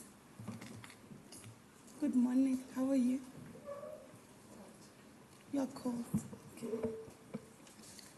Just share with me, in your understanding, is a employment contract a legal document? It is a legal document. You know why I'm asking you? I'm asking because I want to understand your thinking. You say to us that the institution gave Mr. de Ruyter a legal document which ideally should have passed by you. But you say that you were not aware that in the legal document, which is his employment contract, he was vetted or not. Am I correct? So Mr. de Ruyter's employment commenced approximately 2 years before I had joined Eskom. The employment contracts for executives do not pass through me. It is managed separately and independently, so I would not have had visibility of his employment contract at any point in time. Okay. Let's take, for instance, if Mr. de Ruyter had not left and he had conducted some form of misconduct, who would then have had the legal right to bring him to book? Chair, through you, that would be the board. It would be the board. And your role as legal would be to do what? So I advise the organization on legal risks and compliance risks and appropriate legal remedy. It doesn't include employment, employees' conduct, and so on? It does. So we have a labor department in my team that deals with employment-related issues. When you deal with, if I may, sorry, okay. When you deal with senior executives, it becomes more sensitive, and often the board would run a process that's independent of my assistance. I'm not saying that's what happened here, but that would be the way in which it's managed. And what did you do, for example, when you came 2 years after he was there, and as an advisor, and you found the systems which, to me, clearly hold a lot of loopholes? What was your role in terms of encouraging and advising the institution to say, these are the loopholes which are existing, and they might lead us to this and that? Thank you for the question. So those discussions and that level of advice takes place at numerous platforms at Eskom. I sit on the executive committee of Eskom and various other executive subcommittees where legal advice is provided, and this could be in terms of risk management, it could be in terms of legal risks, it could be in terms of commercial transactions. Some of the loopholes that we had, or I had identified since joining Eskom, was the fact that our IR processes are extremely long and cumbersome. We had given advice on improvements thereof to actually streamline the process in order to enable very swift consequence management, especially where the nature of the misconduct is severe. We've also proposed thresholds for consequence management to make it easier for case presenters and chairpersons to actually reach a decision. Other areas, so like I said earlier, Eskom had not had a process in place in terms of which suppliers were screened from an anti-bribery and corruption perspective. A process is now in place where material contracts, especially in the primary energy space, are screened from an anti-bribery and corruption perspective. Other gaps identified is that we had no compliance program in place. So like I said earlier, we're undertaking a very detailed crime risk assessment, which includes bribery, fraud, corruption, economic crime, sanctions, etc., with the intent that Eskom would be set up with a detailed compliance program with proper governance controls in place and monitoring, etc., which would help improve the current situation. Those are just a few. Example. Why are you leaving Eskom? Sure. How much time do you have? No, I'm kidding. I think, Chair, through you. I will tell you why. Answer me. So I think it's a personal decision. One, I don't think Eskom is a good fit for me, personally. There's certain events that happened in the last few months consecutively which has impacted me, and I don't want to be put in a position where my professional integrity is brought into question. So I think I've given it my all. I've tried to set up my team for success, and hopefully the successor can take over. Thanks. It is important for us to know, because as much as we want Eskom to provide electricity for our people, to ensure that our economy remains afloat and all of that, part of correcting and following protocols of checking what went wrong where informs us that we should also ask you, because you were part of what became a problem. And unfortunately today you are sitting here and you are saying, no, ask the board, I came late, I didn't do this, I did this. While on the other hand, Mr. de Ruyter, for example, in other instances, he also includes that they were aware, we were close, we were together. That's why I'm asking you. I want to check whether you are running away from the problems that you have left, or you are simply walking away because you say, I have worked, I've done my part, and therefore I don't want to taint my integrity. And do you think that you are convinced that with you departing now, you have done your all to assist Eskom in helping it to live up to its mandate, and therefore directly impacting on the lives of South Africans? Thank you. Chair, through you. So at no point in time did I deflect any of the questions that were addressed to me. There's certain information that the board, as an example, may have at its disposal when they had decided to terminate Mr. de Ruyter's employment that I may not be aware of. So I've been asked what's my personal view in terms of the approach that was followed. And I think I've answered that sufficiently, Chair, through you. So I don't think I have deflected with respect. I had inherited a lot of the mess. So when I had joined Eskom, I had inherited a team that was highly dysfunctional and demotivated. It's taken a lot of effort in the past year and a half to set up the team and to restructure the team and to actually bring in place additional resources so that we function properly as a legal department. So I'm not running away from the problem. I think I have given it my all. It is a highly frustrating environment to work in. It's very, very difficult to be effective at Eskom, especially coming from the corporate world where decisions are made very quickly, actions are dealt with efficiency. And at Eskom, I say several Eskom employees have learned the art of deflection and deferring. So it's very difficult to make traction. I think I've done relatively well in terms of the work we've done on state capture and some of the work that we've progressed in that regard. The controls that I've brought in, I would like to imagine that these are taken forward. So I'm not running away from the problem. I've given it my best shot. Thank you. The last one, Chair. Yeah, so when you applied at Eskom and you wanted to join the team, clearly you knew it's not a private sector. There's a PFMA which needs to be followed. Can't necessarily be that you, now that you're there, you say things have got rules to be followed. It's not like the private sector. You did not say you want to go to the private sector. As you exit, what would be your advice to somebody who's going to come and fill your shoes in terms of processes, of tightening the loopholes so that we can have a better institution? Thanks, Chair. So the frustrations that I speak about are not related to the PFMA. Proper governance must always be followed. I speak about the internal inefficiencies at Eskom and the resistance to change within Eskom itself, not about the PFMA. At no point in time did I have the illusion that private and public sector would be similar.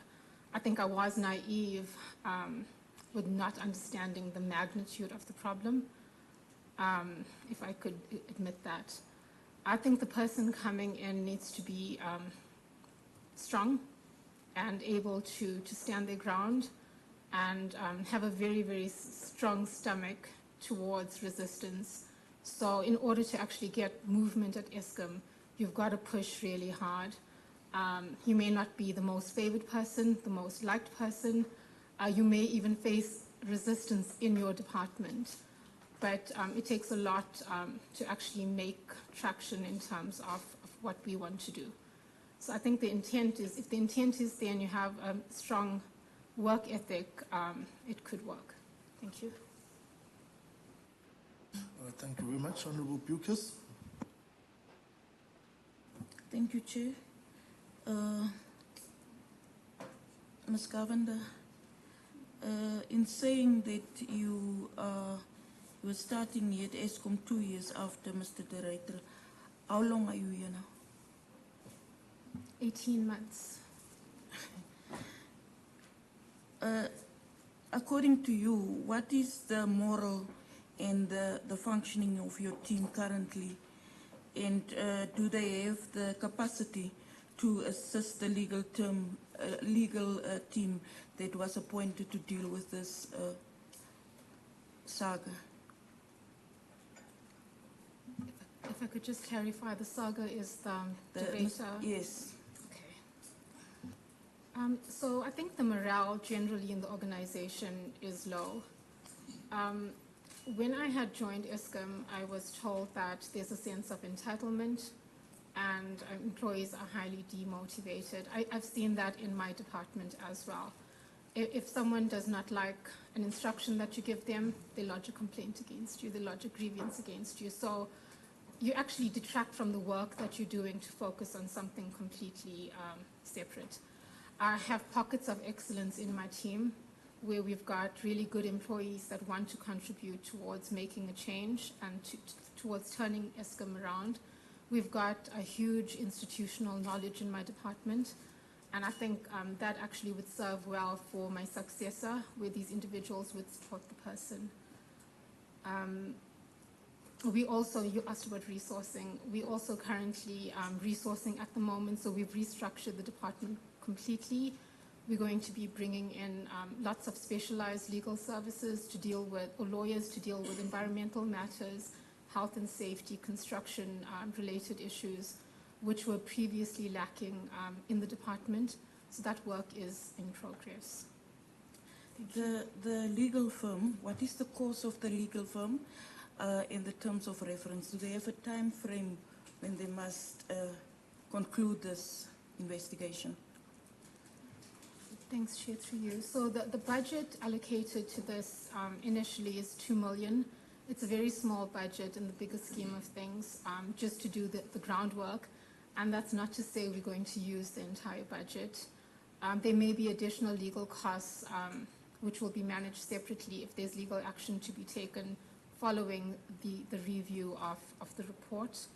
The firm that we've appointed is ENS. ENS is the only firm on Eskom's legal panel which has the capability of providing investigative services. According to you, Ms. Governor, what is the relationship between yourself and the board? Thanks, Chief. So as an executive, I am accountable to the Board Audit and Risk Committee in terms of the management of legal risk. To the extent that the board requires legal advice or independent legal advice, if the legal advice is requested from myself, which on occasion it is, then I do provide same. If independent legal advice is requested, then I do make my legal panel available to the board, where the board can actually appoint a legal counsel to provide advice. So, according to you, most of the risk mentioned by Mr. de Ruyter was not new. So did you ever ask the board to brief and assist and guide them on how to address and handle those risks or the issues that are in Eskom? Or is it not in your scope of work? But even if it is not in your scope of work, what about the interest and the image of the company that you are working for? Did you ever approach the board and want to engage them or assist them on the well-known risk that you are aware of? Thanks, Chair. So many of these risks, like I've mentioned previously, are discussed at various executive committee meetings and at board committee meetings.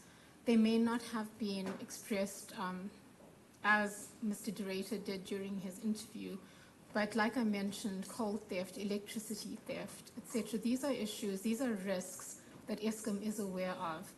And in many instances, from my side anyway, there's legal action in place to recover monies. What we need to do now is consider what's in the report versus what we know. And if there are any gaps, are there additional legal remedy that needs to be pursued or internal governance processes that need to be implemented to actually gain the benefit of that report and the work that has been done.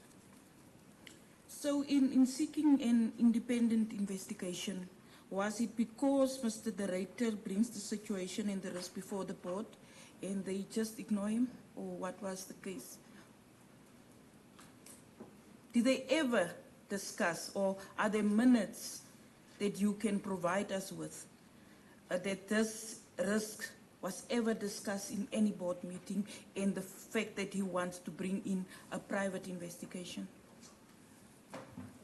Chair, I think I can answer a component of the question. I think some of the questions need to be posed to Mr. de Ruyter himself, and I'm not deflecting.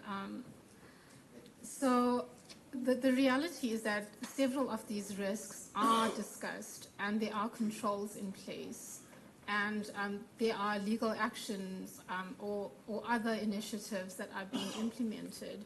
And my colleague next to me would speak to some of them in the procurement space later.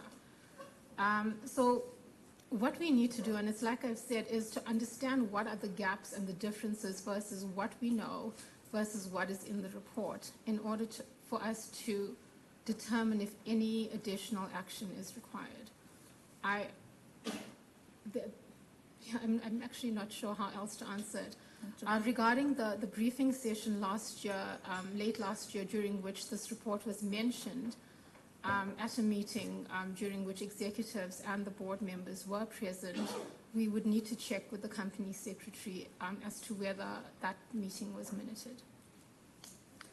The amount of the investigation was about 50 million.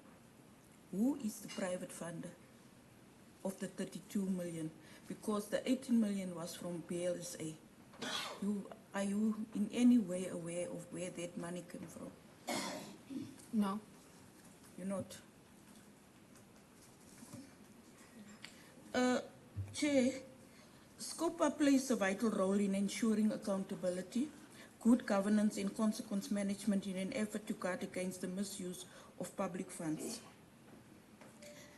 I disagree with Ms. Govender that our focus is on Mr. de Ruyter. At numerous occasions, Eskom appeared before SCOPA, and not once did Mr. de Ruyter, in his capacity, mention these issues that he was mentioned in the interview. So, did you attend one of the SCOPA sessions with Mr. de Ruyter? Yes, I have attended several SCOPA briefing sessions. Okay. Was there any debriefing meetings after the SCOPA meetings? In terms of the executive team? In terms of what happened in the SCOPA meeting. You attend the SCOPA meeting, and then you go back, and then as the executive, you are sitting down and reflect on what happened in that meeting. I can confirm that no debriefing sessions take place. We do have debriefing notes and questions that need to be attended to, which are circulated through our grad team, and they're allocated to different content owners for answering. Whilst you are aware of this risk in SCOPA, did you ever ask Mr. de Ruyter, not in SCOPA, in Eskom, did you ever ask Mr. de Ruyter, why is he not informing SCOPA about what is happening?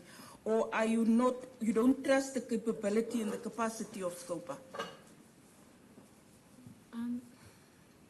I have no reason not to trust the capability of SCOPA.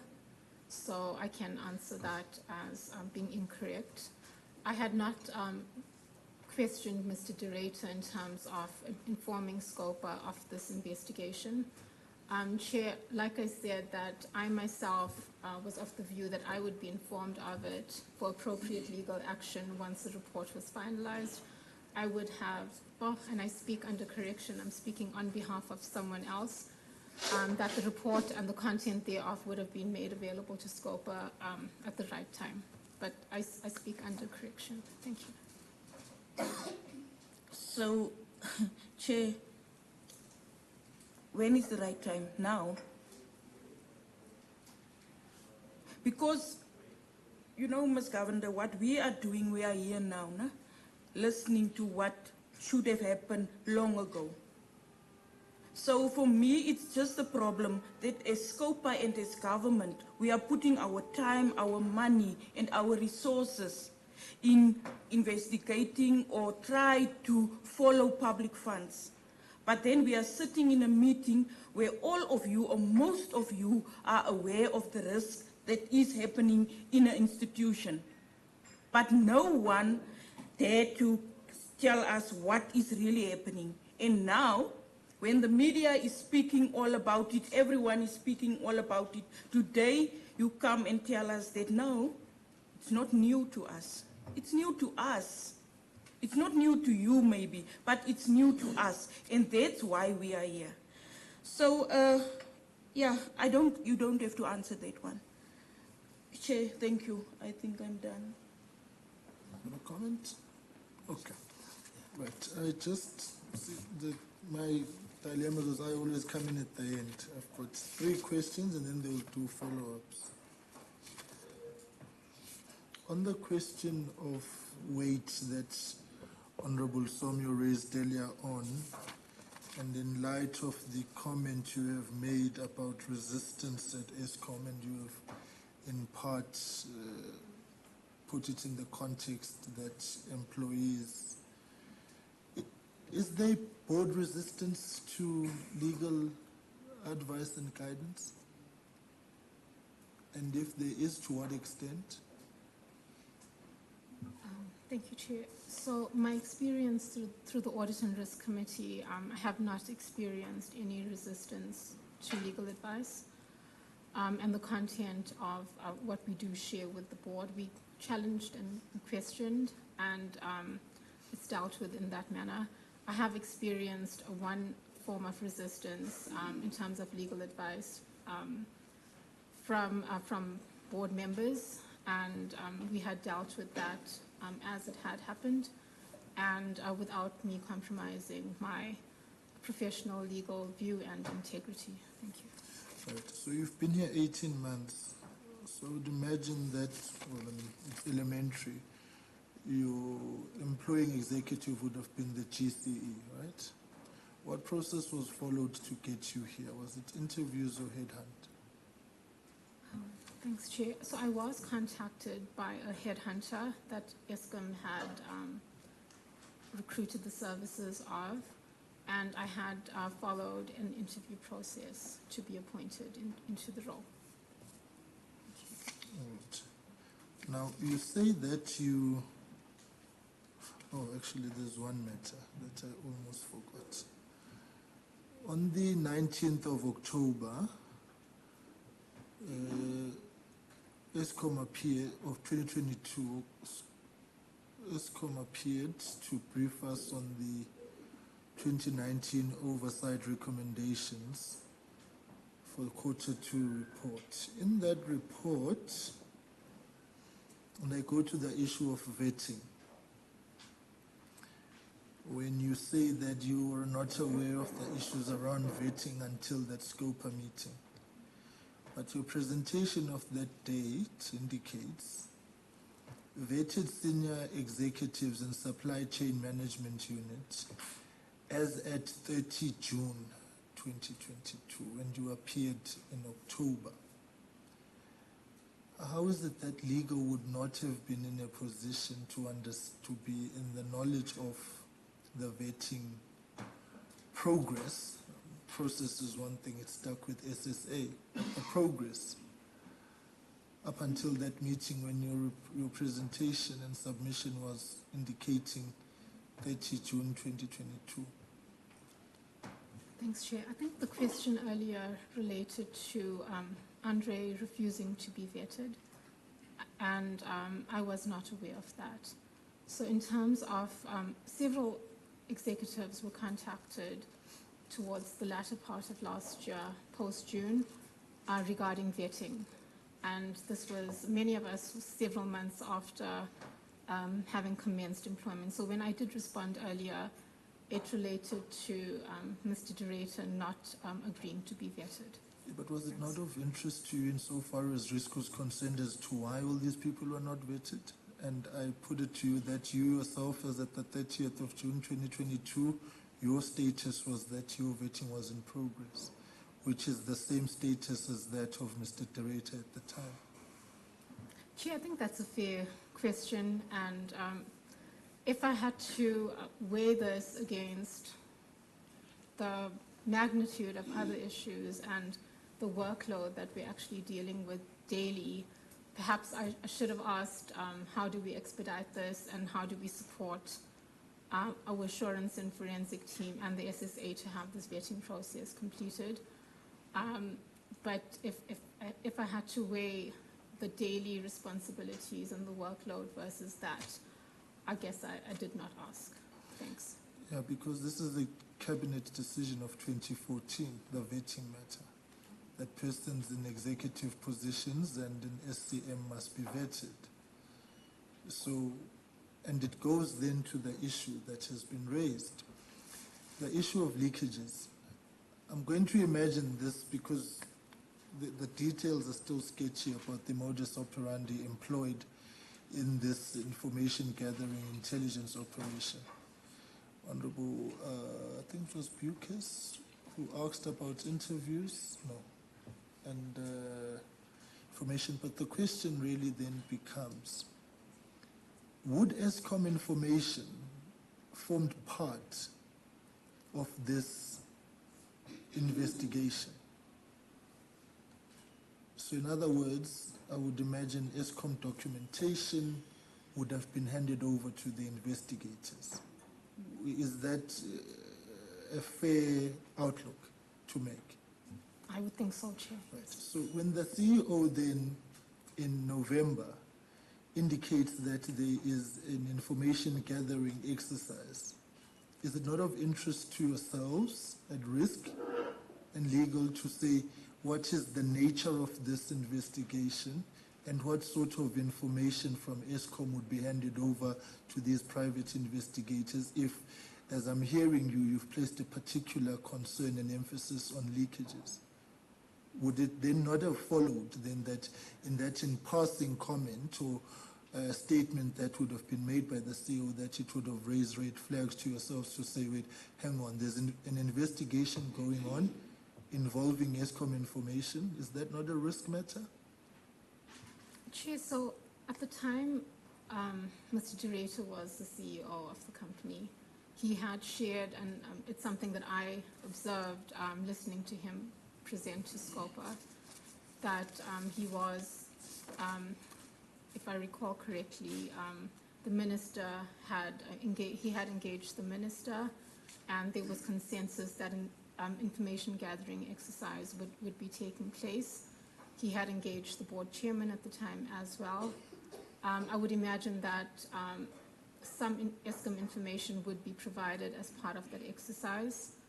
I had not at that point in time questioned whether it's a matter of leakage, as he was, he had, as he has shared, engaged with his superiors. So I'm not convinced that it is a matter of leakage in this context in terms of the investigation report, which ultimately is for the benefit of Eskom. Yeah, thanks. So, from to follow your logic, Mr. de Ruyter is not vetted. There's intelligence gathering information taking place. And to use your words to a question asked, he had no legal authority.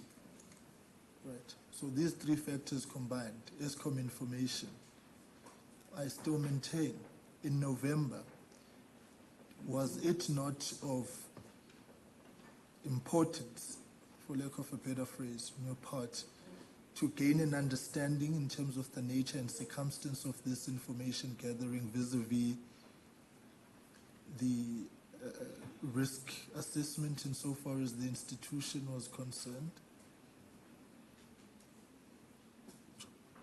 Thanks. Chair, the question that I was asked earlier is if there is legal authority dealing with a matter such as this, and to which I responded, no. Chair, I think the reason, in my view, once again, why this has come to this point in time is because he's no longer in the organization. If this information gathering exercise was taking place and he was still the GCE, and the report was made available to Eskom to take whatever remedy is required, be it from a legal perspective or otherwise, I don't think we would be having this conversation today. I'm not sure how better to answer your question. Yeah, but we are having the conversation, and in the context that in November 2022, the board, in passing, and that's the phrase that was used, was told of an information gathering exercise. And the question is, at the time you were in office, Mr. de Ruyter was in office, was it not a necessary risk assessment to be done as to whether this private investigation into a public institution, which has got due regard for compliance with the PFMA and other Treasury regulations, that a private investigation was being done? Did it trigger nothing from risk and compliance? Did it not set into motion any question, any discussion? Or it was simply deferred to the fact, well, he's the CEO and that's that? I just can't arrive at a convincing, position to say it triggered nothing. It makes no sense. Chair, I'm going to try to answer this the best that I can. So it's legal and compliance firstly, just to get that straight. Chair, like I said earlier, I was of the view that at the right point in time I would be engaged and the report would be made available to me to pursue any form of legal action that was required. And I'm answering this question to the best of my ability and truthfully. Thank you. And finally, you placed the, I still think that it was a missed opportunity on your part, on a key critical matter, which as far as I'm concerned runs into the very thrust of the arguments you've advanced this morning about the protection and integrity of information, whether it's leakages or whatever, but I think it was a missed opportunity. And maybe that's precisely why we are landed where we are. Finally, I want to then go to, and then Honorable Hadebe will come in. You say that nothing in that interview brought Eskom into disrepute, and that after the decision was taken by the board, you questioned its fairness. Is it your position that the decision was unfair that was taken by the board? And I'll explain why I'm asking after you've answered. Chair, I wasn't at the board meeting and I don't know the content of what was discussed. What was shared with me was that one of the grounds for termination was that he had brought the organization into disrepute. At the time, I had voiced my concern that we need to be clear as an executive team in terms of what exactly was said that has brought the organization into disrepute. That conversation led to nowhere. I also questioned the manner in which it was implemented. It happened very fast. And perhaps, hindsight, it could have taken a while longer to, one, get a copy of the report, ensure a proper handover for the new CEO, etc. So I do question how it was implemented, and the basis thereof based on my own knowledge of the why. And yes, I stand by that. Does the falseness suggest wrongness? It could have been false but right, or it could have been false but wrong. So, as I say, hindsight. So here, I think the falseness led to decisions that we're now paying for. So perhaps if a different approach was followed, we'd have a copy of the report by now and working on that instead. no, so now, as I said, I would indicate why I ask. Were you worried about the exposures of risk that the company was being exposed to because of that decision and the nature of the process followed? And what were the risks that you were imagining could arise out of that? So the one risk that I wouldn't imagine at that level the CEO bringing about, and I understand that it happened by agreement in any event regarding his early termination in terms of an employment perspective. My concern related to how employees would view this very, very quick exit, which was literally overnight, and whether that would impact the work that we were currently doing in terms of managing fraud and corruption, and the buy-in from employees in terms of using the whistleblower hotline and other mechanisms that we have in place to bring employees along as we actually work towards eradicating fraud and corruption. That was one of the concerns that I had. Thank you. One of? What were the others? Sorry, Chair, maybe I should say that was the concern I had. Thanks. It's because we have grappled with this perspective, and the board will have to help us out. We're still not clarified from the board side as to, instead of listening to Mr. de Ruyter, you terminated Mr. de Ruyter. So that clarity has still not been provided to us.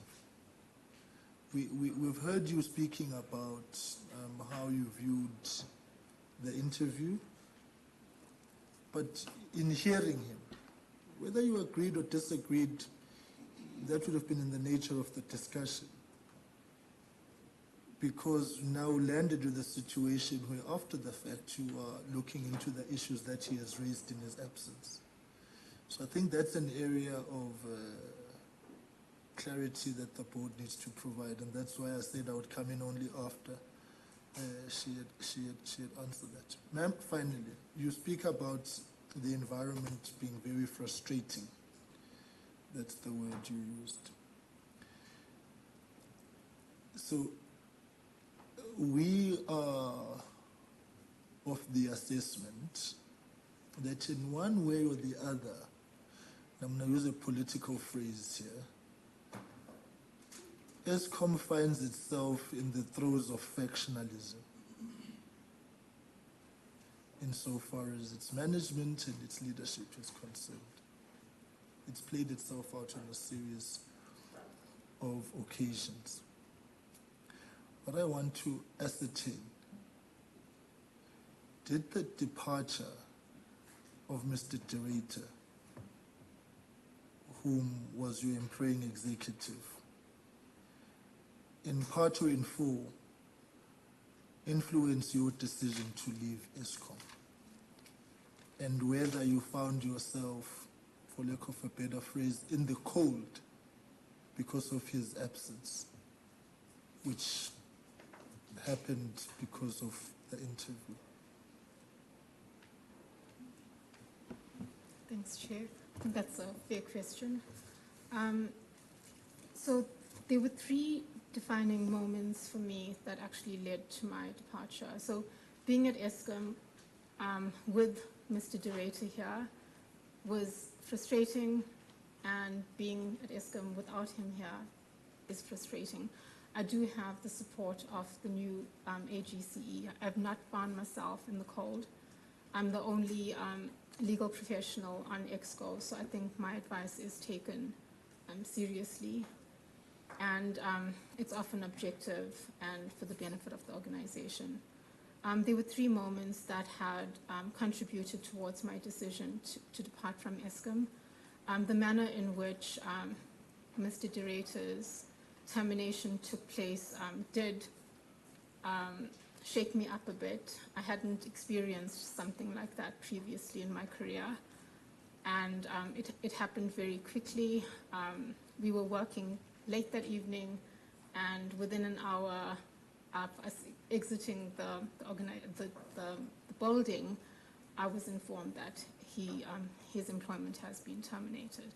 The next day, his office was packed up and he was gone. So there was no means of communicating with someone who was your boss just the evening before. There's 2 other incidents that have happened that contributed towards my decision to exit Eskom. I don't think it's the platform to discuss that here. I certainly don't find myself out in the cold. Thanks. So you've got the support of the GE now. Did you have the support of the then GE? Just your mic. Oh, apologies. Yes, I would think so. We both had the same ethical compass, and the intent for many of us who had joined Eskom in the recent years was to contribute towards a change, and I'd say that I did have his support. Yes. Okay, thank you very much. Honorable Debe. Colleagues, I'm going to request that we do one full set of follow-ups and wrap this up. There's still procurement, the GM. So full set of questions, one set, and they'll all be responded to, and then we will take a break. I beg your indulgence. I've got about 4 questions. So I don't want any of these to be lost in the translation, Chair. In terms of the report handed to us in writing by Mr. de Ruyter, the report became available around June. I'm saying this because he said, furthermore, on the 5th of July, I attended a meeting with net joints and SEPs where I shared the high-level concerns and went further on to say I had offered to make available the intelligence report. So around June last year already, the report was available. And the meeting that you are referring to of the board happened in November. So meaning at that time, the report was available. So my question, what exactly did Mr. de Ruyter inform the board in that meeting? And what was the response or reaction from the board? Were there any clarity-seeking questions asked based on the presentation of the investigation report? Were there any questions of clarity? Because I'm asking you as a group executive, legal and compliance, you would be interested in knowing what were the terms of reference of the investigation. Who drafted those terms of reference? The modus operandi. Unless I'm missing some fiduciary roles and responsibilities of the executive and the board, if you were to sit in a meeting and you are told about intelligence operations and private investigation, and all of you in the table say, okay, thank you, you don't ask anything. What exactly was shared with you, and what was the reaction from you as a group executive of legal and compliance, finding out that there are investigations and you don't know of the terms of reference and the compliance thereof? Before you answer, can someone at Eskom please assist with this raucous that's here? Ma'am, over to you. Thank you, Chair. So investigations are handled by our assurance and forensic team. Investigations do not fall within my mandate unless there are specific legal issues that we need to deal with. At that point in time, we have a law firm on the panel who is able to provide services. Like I said earlier, perhaps we need to request a copy of the minutes of that meeting. It happened late last year, and it's now in June.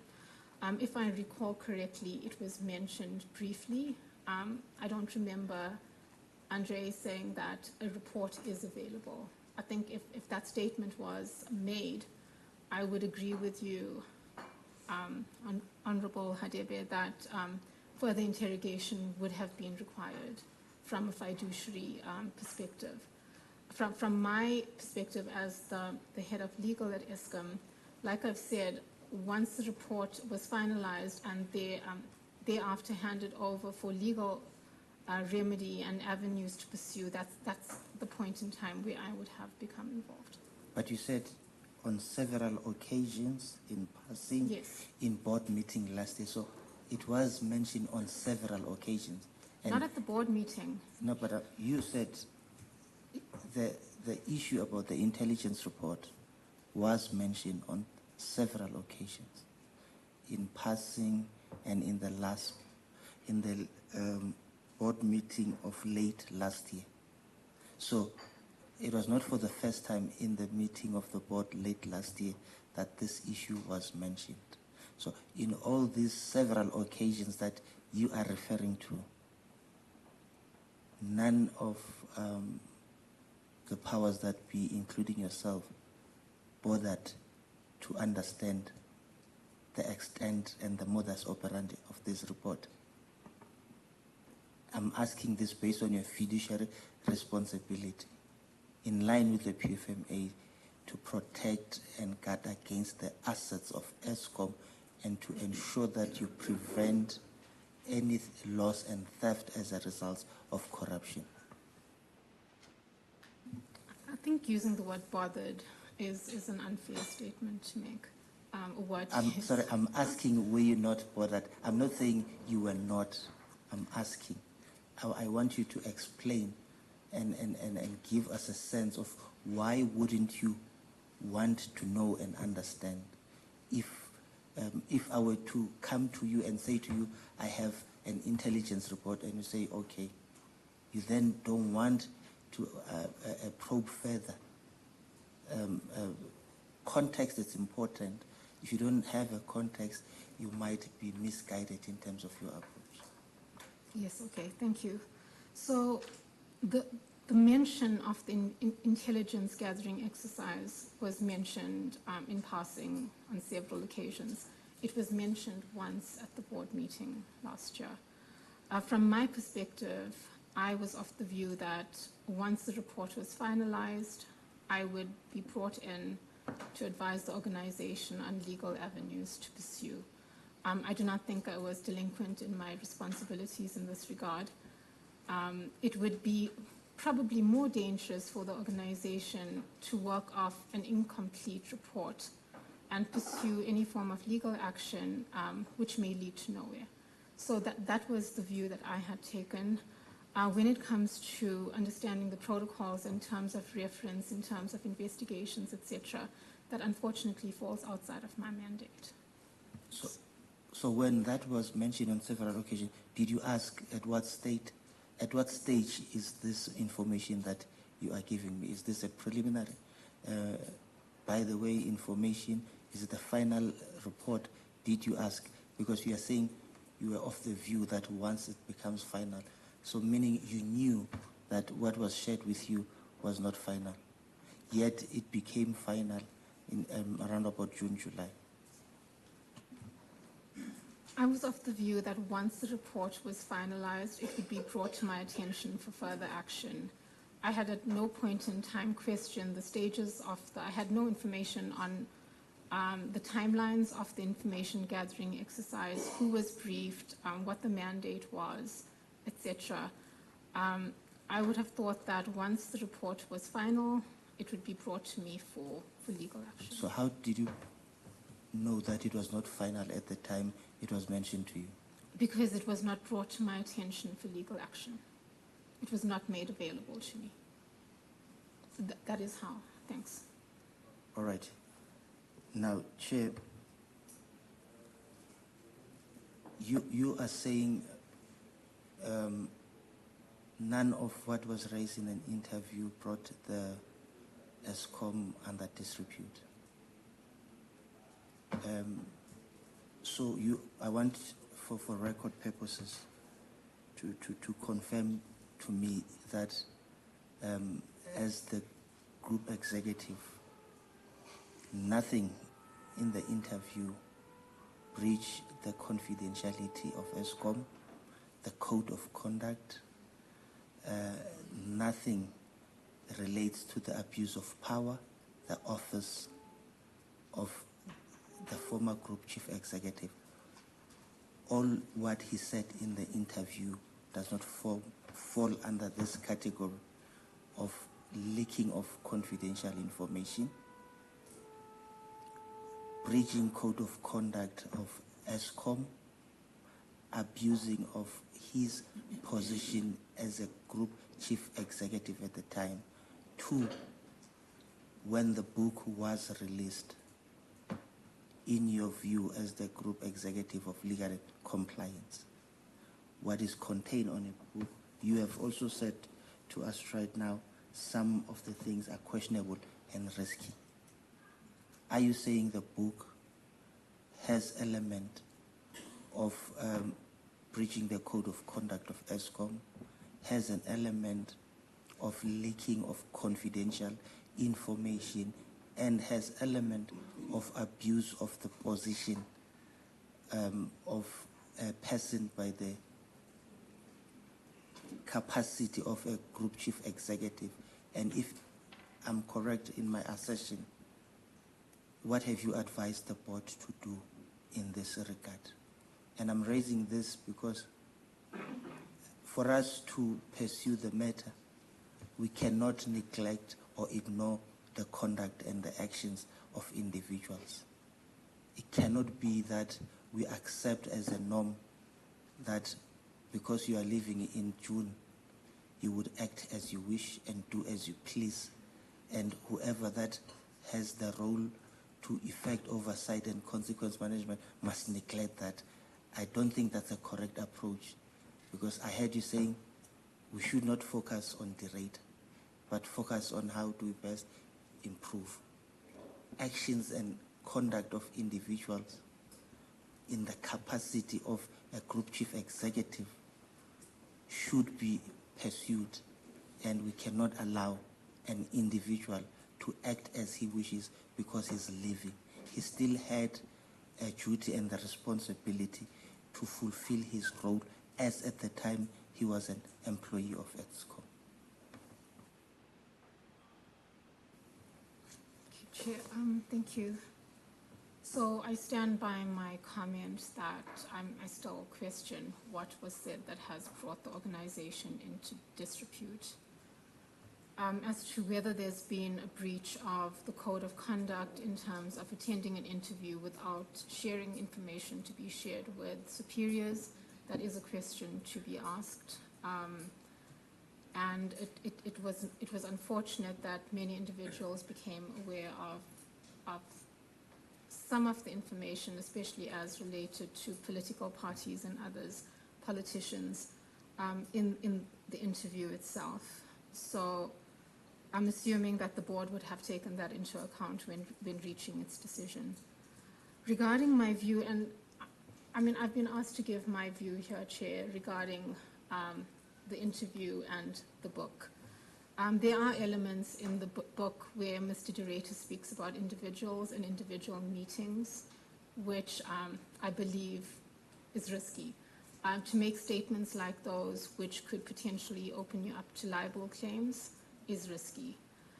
As to whether some of the statements made regarding how certain board members' facial expressions were in meetings, or consequence management that were triggered by virtue of certain decisions made at divisional board meetings, I am of the view that that is not where we should be focusing our attention from a legal perspective. I'm not saying that there's no legal claim to be made. It's an analysis that we are undertaking so that we can say to the organization, we have considered this. And based on the facts that we have, it actually serves no purpose to pursue this legal avenue.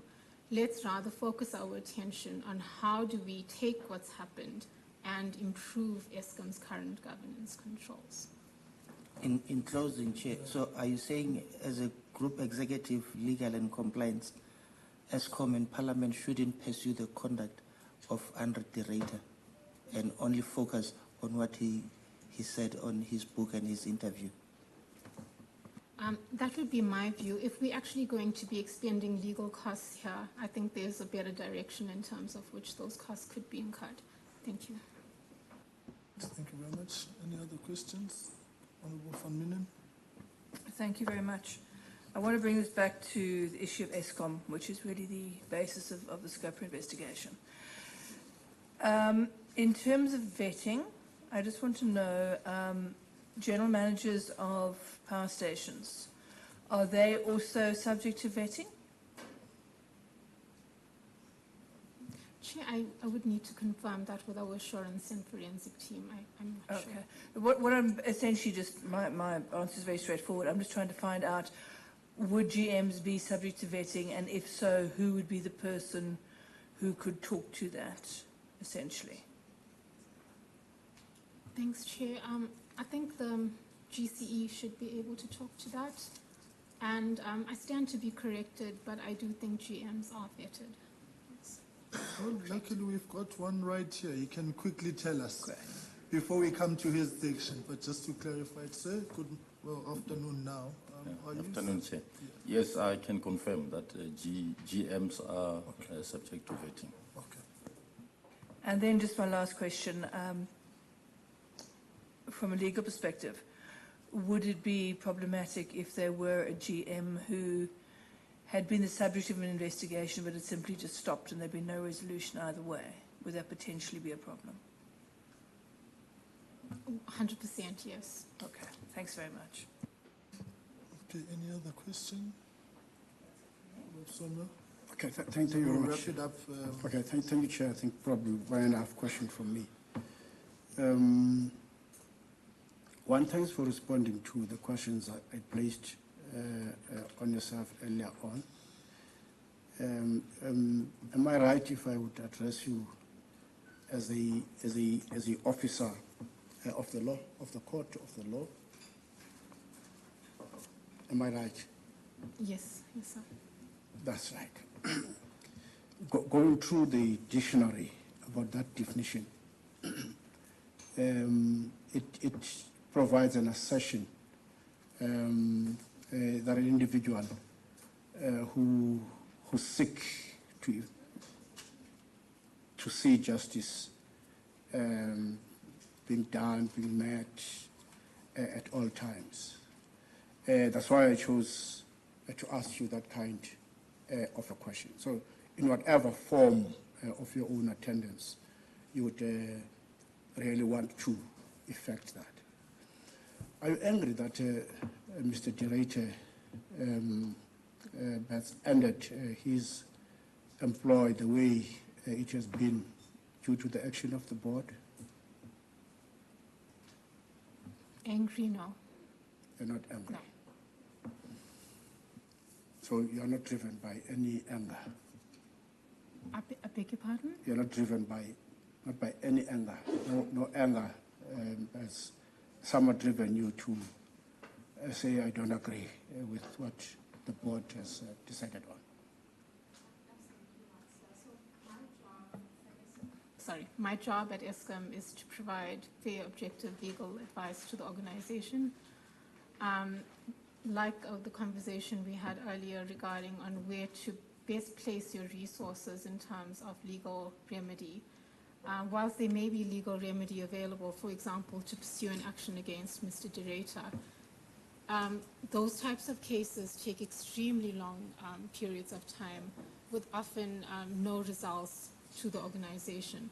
So I would advise something else. Where else can we better place our resources to improve Eskom? So at no point in time have I been driven by anger or any other form of negative emotion when advising Eskom in terms of its legal risks. Thank you. My last part of the question, Chair, is that now I know that you are leaving end of June, and your choice for leaving am I correct to view it as that now Mr. de Ruyter is not there? I have no other choice. Let me follow him. One, I got in here being headhunted. At the time, he was the GCEO. Now he's no longer there. I doubt whether my services would be of great use in his absence.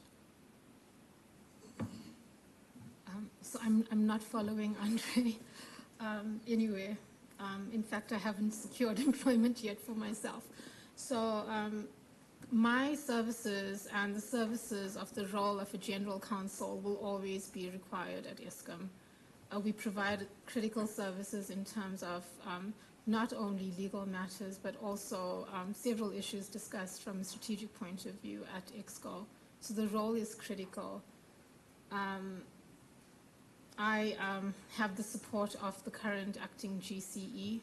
I have the support of my colleagues. So at no point in time has my decision been made solely on the basis of Andre no longer being in the organization. Thanks. Thank you, Chair. All right, thank you very much. Ms. Governor, you have, we spoke about your vetting earlier on. As of June last year, it was still in progress. What's its current status now? Chair, I'm embarrassed to say that it is still in progress. And it's not for lack of wanting to be vetted. I'm very happy to be vetted. The process of actually being vetted is extremely cumbersome. The volume of documents that we actually need to complete, the approvals from family members that we need to engage in, and it just cascades. It's a huge task, and I've unfortunately neglected it, not for not wanting to be vetted, but just solely for not having the time to go through the documents. I apologize. All right, thank you very much. I'd like to take this opportunity to thank you for your engagement and interaction this morning with us on all the issues that have been raised with you. And I'm sure that when the report is done, you will have a look at it as well. Ours will definitely come out in good time, and you will receive it in earnest once we report to Parliament on this matter. Thank you very much, and thank you for your service as you leave Eskom at the end of June, and we wish you well in your future endeavors. Colleagues, we will take a 10-minute comfort break if we may, and then when we come back, we will go to procurement, and then, Doc, if there's any matters you would like to raise before you leave, you will indicate. So let's take a 10-minute comfort break, and then we'll come back straight to procurement. Thank you.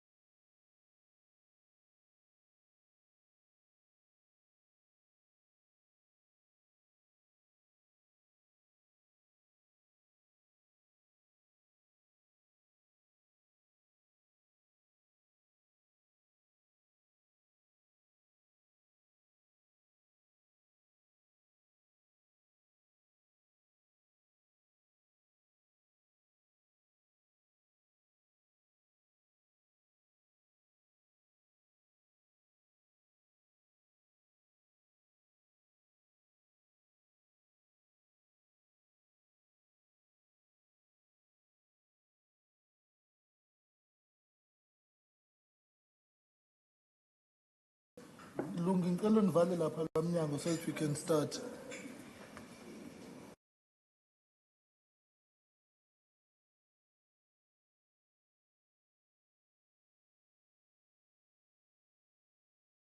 Let's go to procurement. And then we will follow the same SOP as we already had. Ma'am, over to you.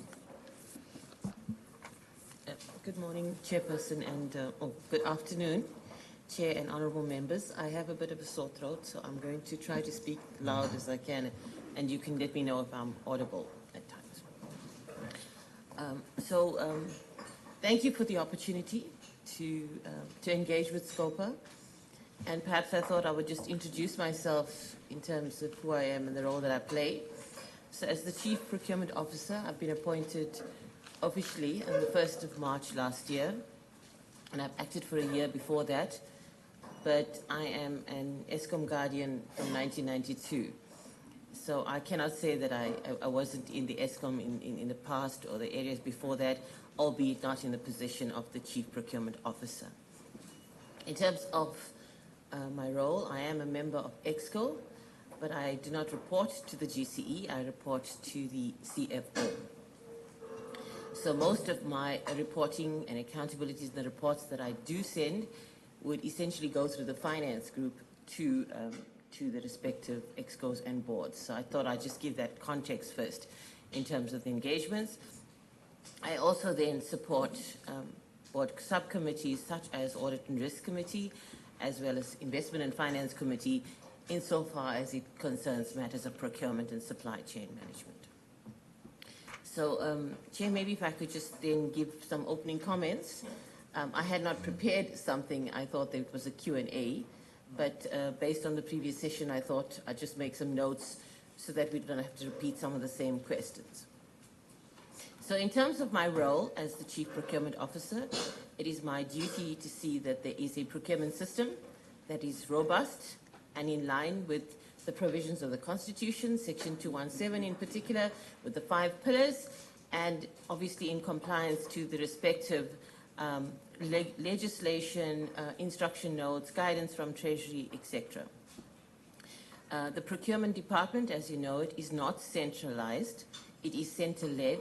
So whenever you're asking a question, just bear in mind that procurement, the staff of procurement do not report to the CPO in all instances. For example, in generation, transmission and distribution, they have a senior manager for whom all of the procurement staff would report to. If you go to a power station or an operating unit, those procurement and supply chain management staff have a solid line relationship to the GM in that area.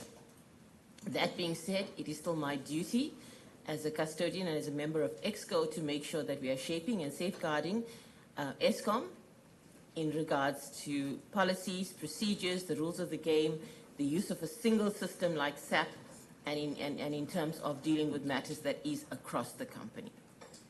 So in some instances, I may not have the detail if you ask me a specific issue on a power station, but I can, in those instances, bring that to you. But the overarching picture in terms of where we're going, the overarching corporate plan, and the policies, procedures, the use of the systems, etc., is within my jurisdiction as the Chief Procurement Officer. So what we have been focusing in the time that I've been appointed is to actually assess and deal with the historical issues that have come before my time but needed to be cleaned up. Amongst other things, the qualified audit opinion for the procurement and contract management audit. At the same time, you would get a lot of noise from the system, from the outside in terms of perceived irregularities in the procurement system, concerns from suppliers, concern from stakeholders, which as well we have to deal with on a regular basis, as well as media queries. My focus has been, and in particular for this committee, with regards to the issues that have been raised in Andre's submission to SCOPA, as well as some of the elements that came in his formal things, is one, I haven't finished reading the book. I have to be honest with you. I have read experts and bits and bobs, but I did not take the time to read the book end to end. But where matters have been raised to my attention in terms of procurement, I can certainly answer in that regard. So what I have been focusing on for this period that you are hearing that is to actually fix what is necessary in procurement. So again, I will indicate that the issues that have been brought to my attention from the procurement side of Mr. de Ruyter's submission are not necessarily new to me. I can't speak about cartels and all of those things above my pay grade with regards to engagement with the ministers and politicians and officials, but with regards to the transactional information that was being provided in terms of overpricing, in terms of concerns about the qualifications and suitability of the buyers and the ability to actually influence the procurement system unjustly. Those are the issues that he may have discussed with us in committees and may have shared with me as well. So those are the things I can actually talk about. In terms of the report and the so-called Fibers report, I also remember, like my colleague, that we had a very, very brief mention of it in a board induction, if I remember correctly. And in that board induction, he was mentioning, and I think I can maybe sort of quote him, he said, we are conducting an investigation. Let me say, I am conducting an investigation. At that time, I must be honest to this committee, I did not see it as something that I need to take notes on and to take any action on. And the reason being is I'm also part of the NAT joints. I am a co-stream member for Workstream 4, which is Finance and Procurement. And Mr. de Ruyter didn't indicate that he needs any money to do this investigation. He didn't indicate at that stage that he wants me to help in a procurement process. And I have innocently assumed that it is in line with the feedback he was giving to that NAT joints in terms of the security cluster and the work that is done in detail to deal with some of the issues on, for example, theft, security theft, concerns about coal, etc. So at that time, I didn't do anything to what we heard. I think we heard the statement. We didn't say that there's something that needs to be happened. I also assumed that when the time comes right, we would get a report or a final report, and whether there was issues that need to be shared with, amongst others, the head of forensics, the head of security, the head of legal and compliance, and myself to take actions, which is normally the case if an investigation takes place. With regards to procurement and supply chain, my job is to see that the procure-to-pay process is actually robust, that we only pay for work that is done, that when we find that there's breaches or potential control gaps, that we try to close those gaps. And we do that by amending the procedures itself, looking at what needs to change in terms of enhancements of the SAP systems, etc. Our current constraint in terms of not being fully able to eradicate fraud and corruption still remains because we don't have a fully automated and digital procurement system. So we still receive tenders in largely with hard copies that have to move around. So documents do move around in a manual way. So nothing is purely electronic that you could see who has accessed and recorded and etc. on that. So in those regards, the procurement procedure, as much as you put in controls, has the ability to be manipulated.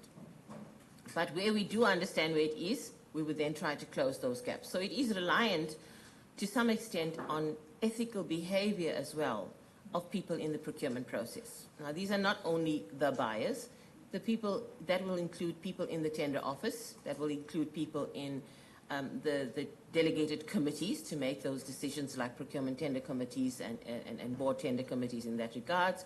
It also relies on end users not designing scope towards a particular outcome. It also relies on people who are in a cross-functional team to keep what they've seen and what they're working with confidential.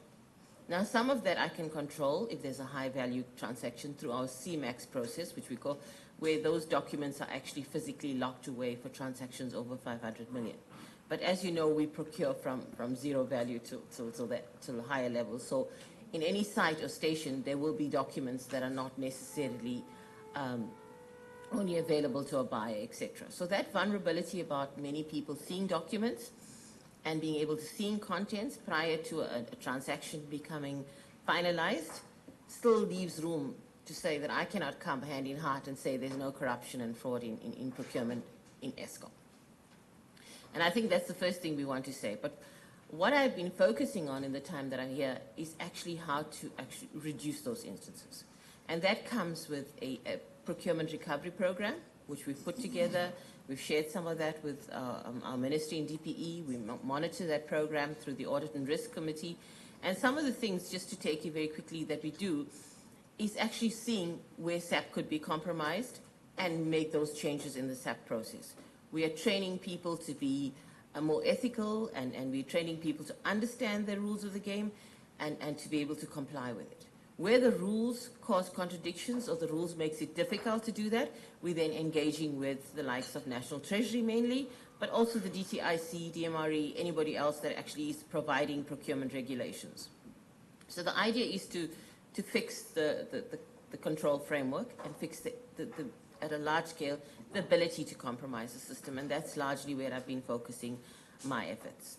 We also know that we inherited a lot of legacy issues. I also did not get a handover from my predecessor because he left through some other means, and he was suspended before he had left. Therefore, I did not get a handover or any documents that came before that time. That is not to say that I can't access or find answers to things that we're dealing with, as well as that I am closing out and fixing the historical issues which resulted into high levels of irregular expenditure, lots of investigation reports that were not completed, etc. In terms of the operating model, we try to make sure that the people who are sitting in sites and stations and supporting the divisions are empowered to be able to do what they need to do, and that they are using the mechanisms to report to us when there is transgressions or concerns. So even though ANF is the one that looks at the whistleblowing or the hotline that is reported, staff do come and tell me if they have a concern. And if they tell me they have a concern, I as a CPO make it a duty to actually follow through to see if there's any legitimacy in that and investigate it the same way and keep a register thereof. We also then engage with the institutions that provide regulatory training like the CIDB, the Competitions Commission and other places to make sure that the training that our staff are reading are actually going to empower them to make the right decisions in terms of those things. We're also participating with SIPS, and I myself is a member of SIPS, so I subscribe to a code of conduct that's expected of me in the role that I play.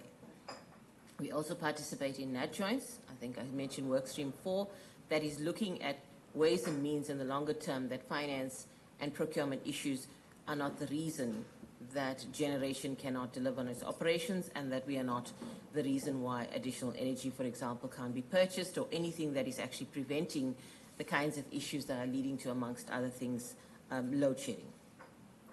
So my interface with EXCO is as a member. So I'm au fait with EXCO and its subcommittees and the issues that we discuss in terms of procurement, supply chain and contract management.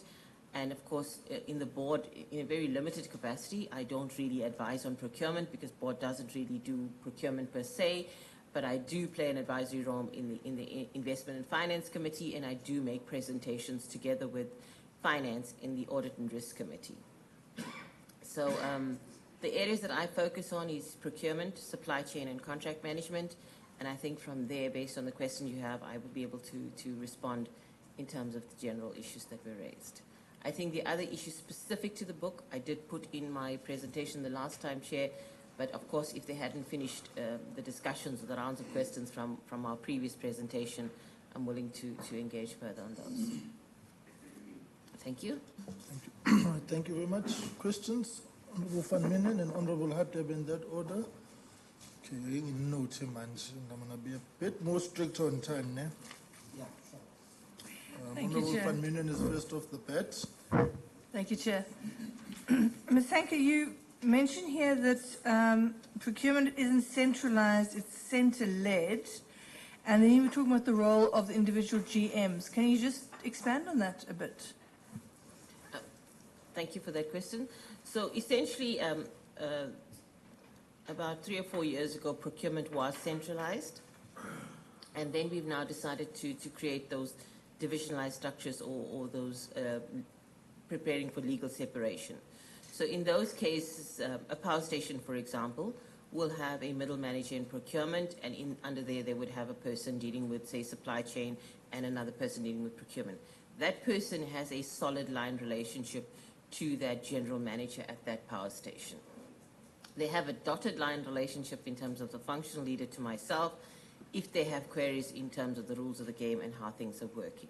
The same will happen in any operating unit in transmission, where the people are the procurement and supply chain people are actually reporting to the operational unit's general managers. And of course, in transmission, they may have a little bit of a centralized structure, but it's reporting to a procurement person there. So each division has a senior manager or a mini CPO in that division that looks at operational issues, and then we come together as a functional steering committee on a twice a month to actually look at overarching issues, etc. Okay, so let me just understand that.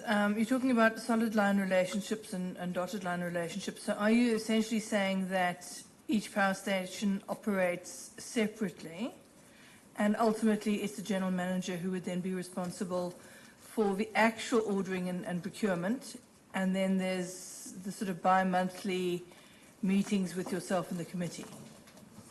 So as we said, it's not decentralized either, so maybe I should just qualify the other part, what center-led means. So the committees, for example, are set up by myself. So there is a procurement tender committee for which we nominate people to participate, who will do that governance role. So we control that in terms of seeing that there is efficient governance in terms of the procurement procedures.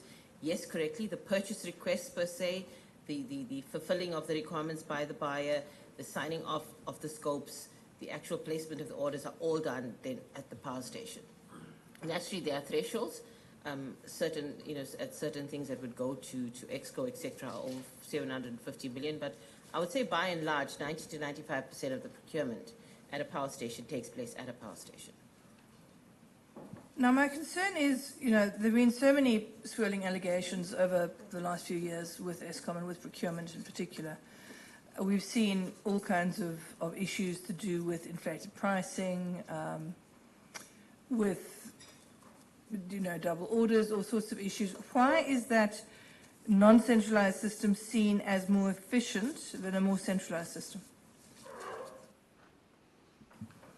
So maybe if I can comment on the inflated prices and the double ordering.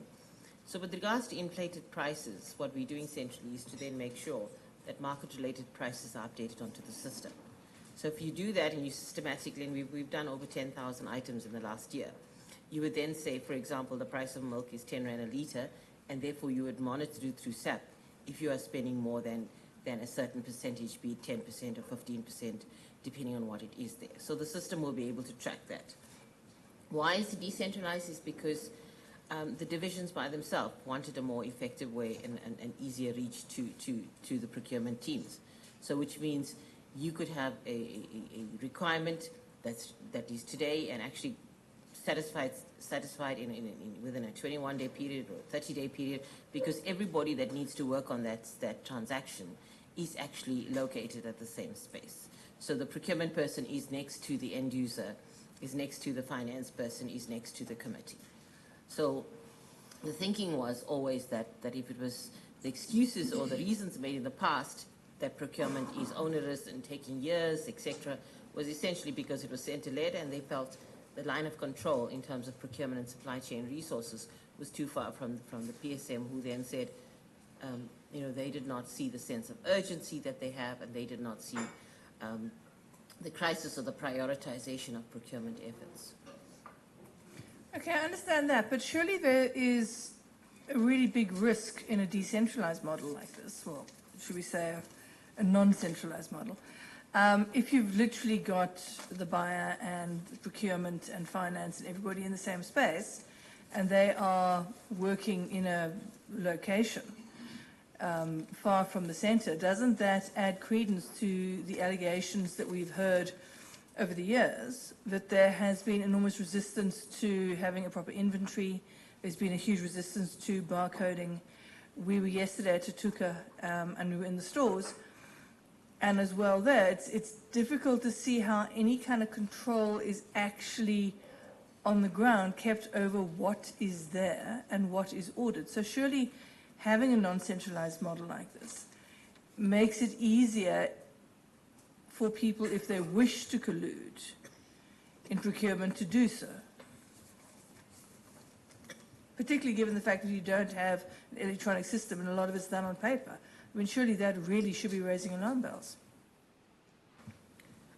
So we can talk about some of the barcoding and RFID and those. So those are system changes that we're driving from the center. So we're in the process of actually implementing barcoding and RFID. I think they've started with the 3 stations that would be in place in July and the rest of them coming on board. So from a center-led perspective, we've actually got project teams that are there and actually guiding us in terms of the status they are in terms of preparing for automated or improved systems. But you're quite right in terms of behavior of the staff and the attention to detail to make sure that stores have the materials where they need to be and it's accounted for. It's also a lack of discipline. I mean, cycle counts and the rules of the game are there. There should be no reason that 30 days pass and you're not sure if the material is where it needs to be, which is also, you know, one of the reasons that we went decentralized is to give the PSMs the accountability to say, it's no point in you saying you're afraid of not finding the material you want, but you're also the custodian of having that. We then are not discounting that I'm saying it's fully decentralized with a view that I'm not assisting the business where we can. So we're making sure that there's sufficient staff on the station, and in the last few years we can confirm that, you know, recruitment came to a stop. You know, to a large extent people were using fixed terms or contractors in there or contracted buyers. Some stations didn't even have procurement staff. So to fix that we're dealing with from the center to make sure that every power station has the amount of people that it needs to be able to do its job well. It's also very difficult, even though you're saying it's co-located, that when you have corruption or you have these instances of compromise in procurement system, how do you get away from saying a finance person plus the maintenance manager plus the procurement person plus the tender committee are all compromised? It could happen in the center-led model as well. So essentially there, it's up to people to let us know that things are going wrong, and it's up to the systems checks we have to see that the prices you're now paying are in line with what is there. We also put additional controls before you take it to committee so that we do vetting on certain suppliers in terms of due diligence. We will also look at the QSs and additional QSs to see that the prices that you are looking at when you evaluate a tender is in line with what we were expecting to be purchasing, and that information forms part of the report. So essentially you're building, you know, a chain of responsibility that if everyone behaves correctly, should actually give you better results than in the past. We also do the analytics to flag out if you are not, if you're paying an inflated price. So if we've got a standard price and it's more than 15% or 20%, it triggers to the next level of approval. So the buyer cannot self-approve those kind of things. What we are struggling with from the past is not having the right amount of inventory and contract in the past. Created this opportunity where everything had to be done urgently. So we have to fix the urgency first, because that was creating the room for inflated prices or for supplier who are non-value adding to be coming to the system.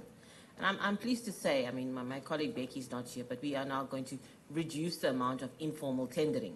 You know, tendering under R1 million was a bigger concern than just the, you know, the coal issues, etc. So the more instances that you suddenly need something right now that you have to procure in the next few days, the better the chances you have for being able to give time to have correct pricings and correct checks going.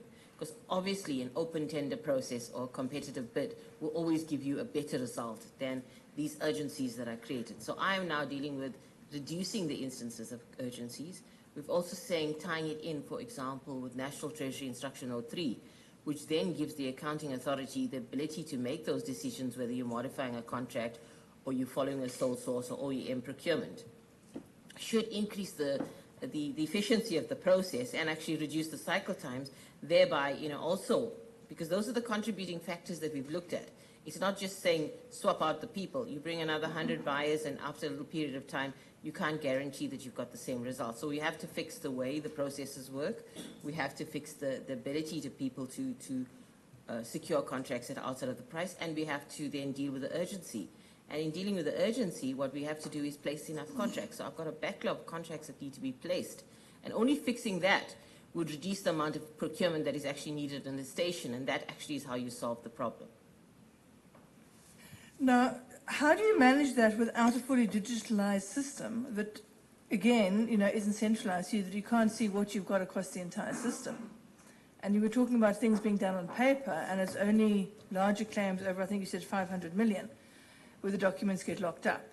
So how does one manage that on the current system, and is there a move to actually bring in a digitalized system? Because surely that is something that would be really important in trying to, maintain control over what's going on in a very large, diffuse system. So you're quite correct. So the digital system, we've gone out on tender, and we've completed the evaluation, so that we should be appointing a service provider during the month of June or early in July.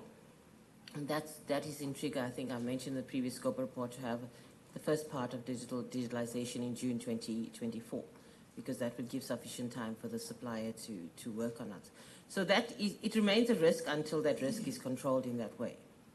That being said, we also have in parallel, I think, some of the cataloging and master data initiatives that we've put in place from 2020 to make sure that we are not doing free text, for example. And I think I mentioned before that we don't actually allow free text anymore. So if you want to buy something and it's not codified, we then codify it first before you procure it. So closing those kind of avenues in the short term on SAP reduces the instances of people saying, I need this item, and they give it a unique descriptor which doesn't have a price reference, etc. So cleaning up the master data and cleaning up the contracts already in the short term makes a difference. I think we're also going on an electronic tender solution. So the electronic tender solution will then also reduce the instances of papers flowing through in the pre-award process. And that one is in pilot at the moment, and we assume that by the end of the year, if we roll that out, that half of documents, which is from initiation to contract award, would also be automated.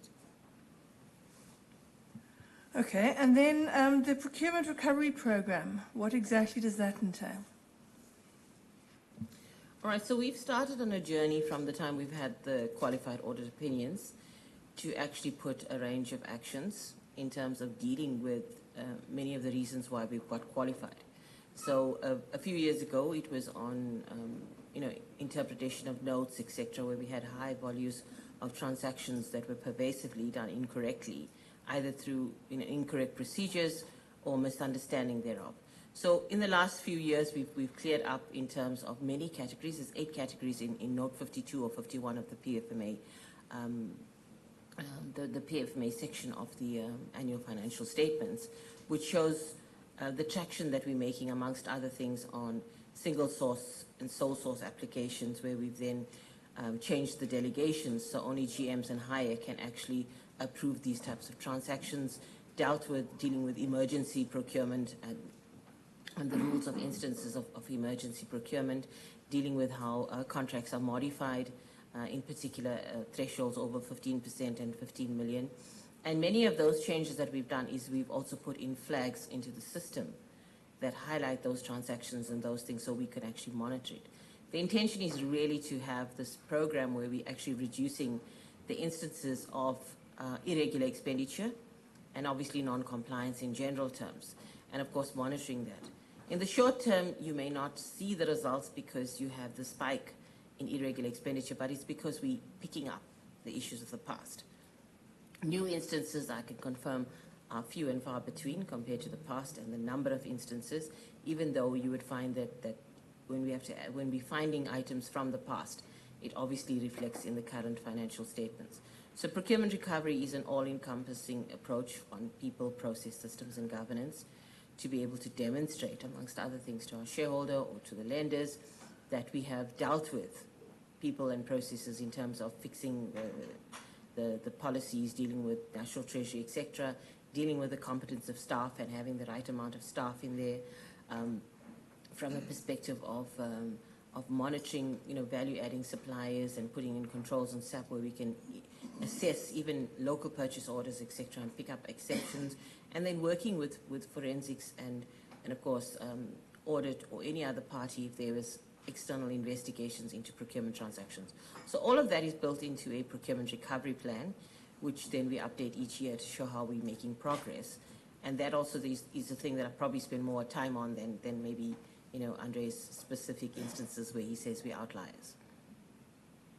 Then my final question, you were talking about generation and saying that you don't want procurement to be a barrier to generation.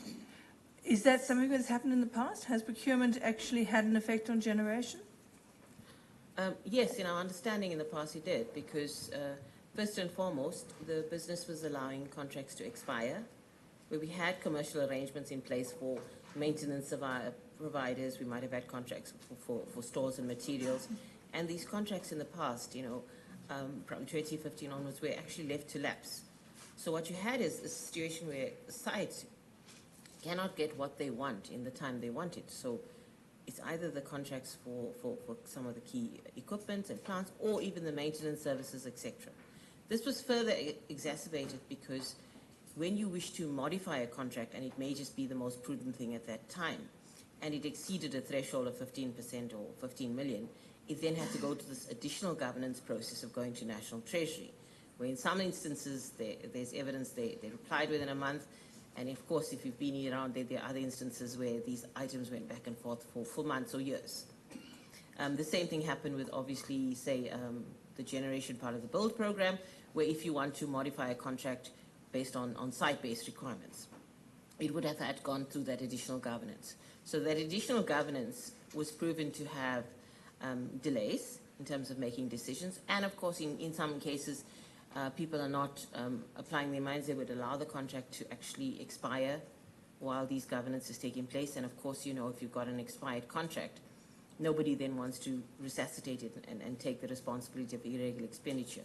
So many of those understandings of governance and the shortcomings we had in terms of our legislative framework have since been adjusted, because when we've had the new PFMA instruction note that came out on the 1st of April, it gave a lot more authority to an accounting authority to then take those decisions, which basically meant if we need to have an ad hoc committee tomorrow, then it is up to the GCE and others to make them available.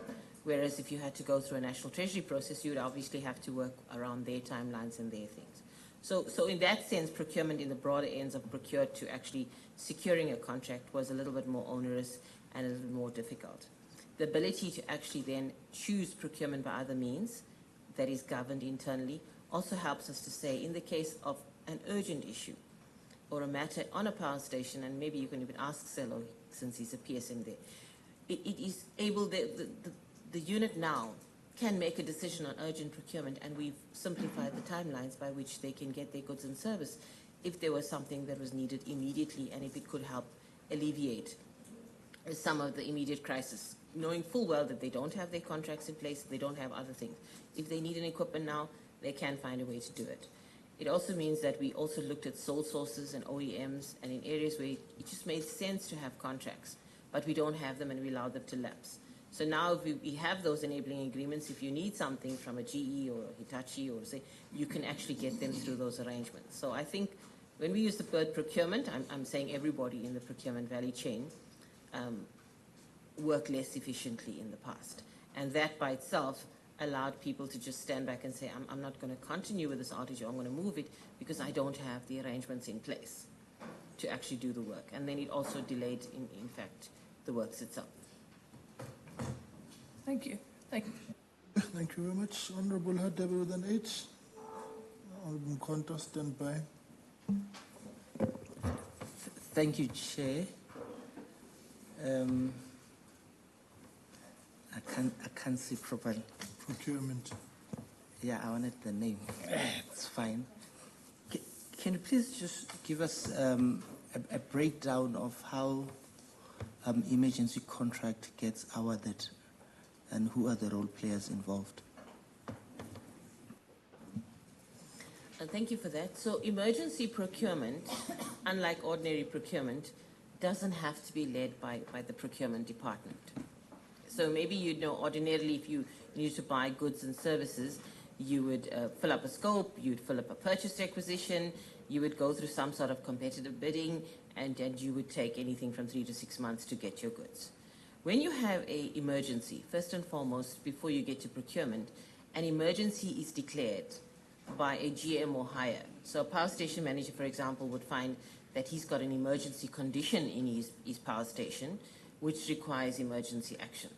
So it could be a fire on the station, it could be a leak, it could be anything. That emergency condition does not necessarily lead to emergency procurement. Because if he has the contracts or the enabling agreements in place, he would then call in those suppliers or those arrangements that he has to do. So if the emergency condition is first declared, and then from there, they would see if they have the goods and services and the contracts in place to be able to service that emergency. So to some extent, they may be able to ask the contractors on site to assist them or not. If they find they don't have a contractual arrangement in place and they cannot borrow one from a neighboring station, etc., then the delegated person, which is a GM above, makes a decision. So the decision maker is essentially the person who declared the emergency. They are given those powers in terms of National Treasury instruction notes to actually be able to go and procure it. Now, when they procure it, they are able to do things that the procurement department would ordinarily have done, which means they can contact a supplier immediately. They can do whatever is necessary to restore the place to a safe condition. They can get quotes. They can use an immediate supplier that's on site, etc. So while they're doing that, the intention is to resolve the emergency. And when they've completed that particular process and the supplier has now done the work, it would go through a ratification process. So then it's taken to a committee. Depending on the value of the transaction, it could be taken to a procurement tender committee on site, it could be taken to a divisional tender committee or higher, depending on the value of the transaction itself and the thresholds of those committees, for that emergency to be ratified and for that supplier to be paid. So in that case, that committee will make its decision, and it will decide if the emergency was warranted and if emergency procurement was actually warranted as well. And then, of course, either approve or decline such an application. And then, of course, the supplier is usually then paid. In terms of National Treasury reporting then, within 14 days or at an agreement interval with them, we would then report emergency procurement as a procurement by other means into the reports for National Treasury. Thank you so much. In your opening remarks, you've shared with us that you're also responsible for historic issues that needs to be cleared up. You also deal with perceived issues of irregularities and complaints. Now, I've received a complaint here from the Association of Private Security Owners of South Africa. I'm sure it has come to your attention in relation to the 500 million emergency contract, which was awarded for 3 months. I want you to share with me whether or not do you have the knowledge of such, and given what you've just alluded to in terms of the steps that needs to be taken, emergency having to be declared by the responsible person, processes that follows after that, the ratification process by the relevant committee to assess whether or not the emergency was warranted. Supplier then gets paid within 14 days, you report to National Treasury. With this specific tender of 500 million, which was reported to be as a result of perceived threat, were you part of that meeting with the then Group Chief Executive of Eskom, and what was discussed in that meeting? How did the tender get to be awarded? Was the threat assessment conducted by SEPS, State Security Agency? If not, was it conducted by Eskom Security? Who else was present in that meeting? Was the Group Executive Legal and Compliance part of that meeting? Thank you. All right, I'll answer the question in parts. So you mentioned APOSA.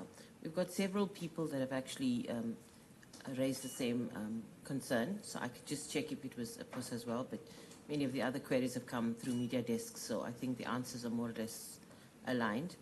Not necessarily that I've responded separately to APOSA.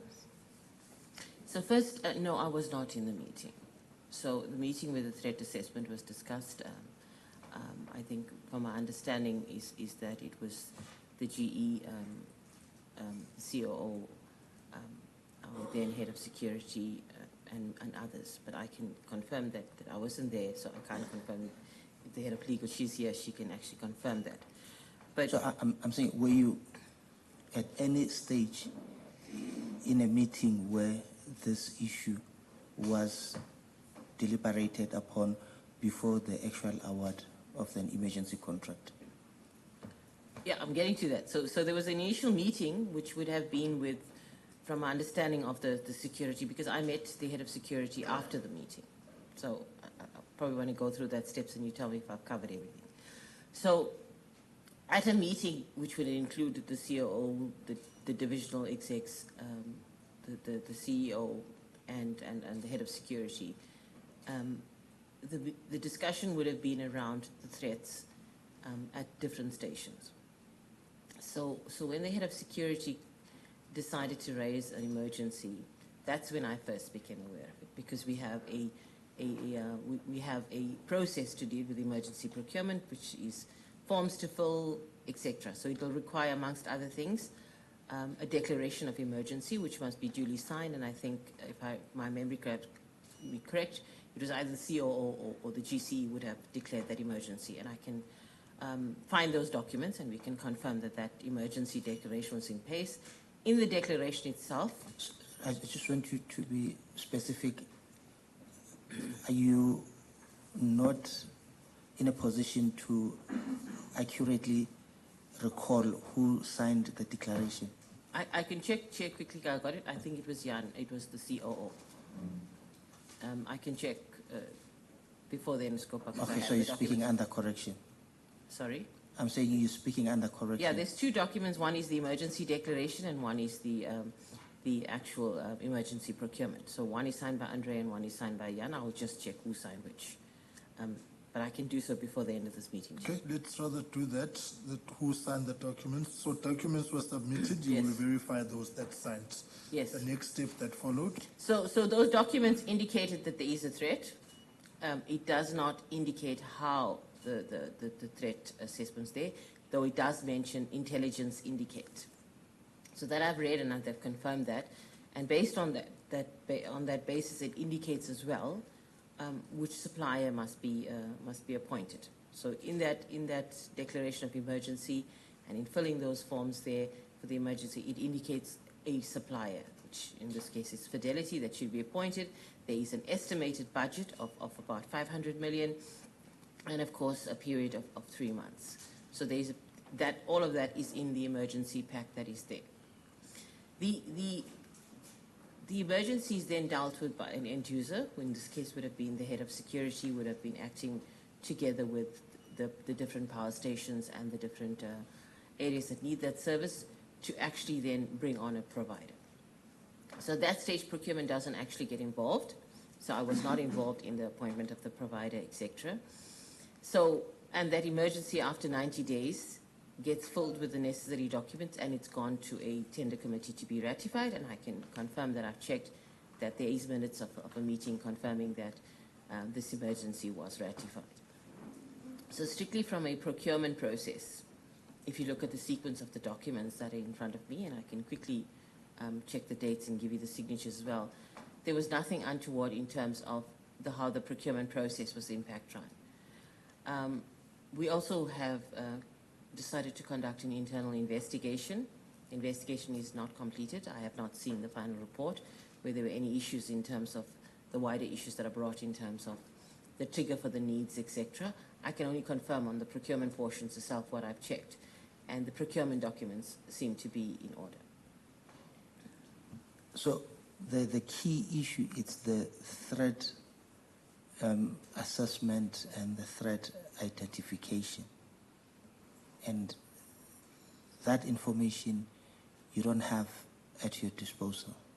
No. You don't know who identified the threat, who assessed the threat, but your involvement, who else was in the meeting that you attended when this was tabled, and when was this tender awarded? Because that is critical, and subsequent to that, you are saying now there is an investigation. ongoing. I'm asking this because it is alleged that this emergency contract was as a result of this intelligence report, which all of you seem not to be privy and have not seen it. Yet a tender of $500,000 for 3 months gets awarded based on the intelligence report that none of you had sight of. So, Chair, it does not refer to that intelligence report. It says intelligence reports have indicated. So what we can see is... Which intelligence report? You've given me the detailed process and procedure of emergency procurement. Declaration of an emergency by who? That's what I want to get to understand. All right, so I can confirm that in the procurement pack there is no report. There's only mention of that report in the emergency declaration. So there's no attached report even in the submission to the committee. So I can confirm that there is, but it does indicate, obviously these documents were prepared by the head of security in terms of the threat assessment, and it is usually, as a functional leader, you leave it to the onus of the end user who's declaring that emergency to have all of that in place. So obviously at that stage, I wasn't aware that there's this other report that we should be aware of, and that is why now that we you know, after the fact or in hindsight, we've obviously, with the complaints that we've got, started an investigation. But it was not done. The contract itself ran from July for 3 months.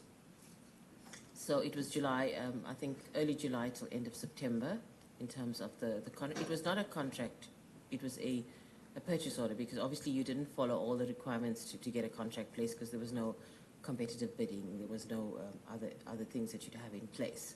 So that, let's just say that purchase order, that contractual arrangement, which was just to pay for that emergency, was for those 90 days.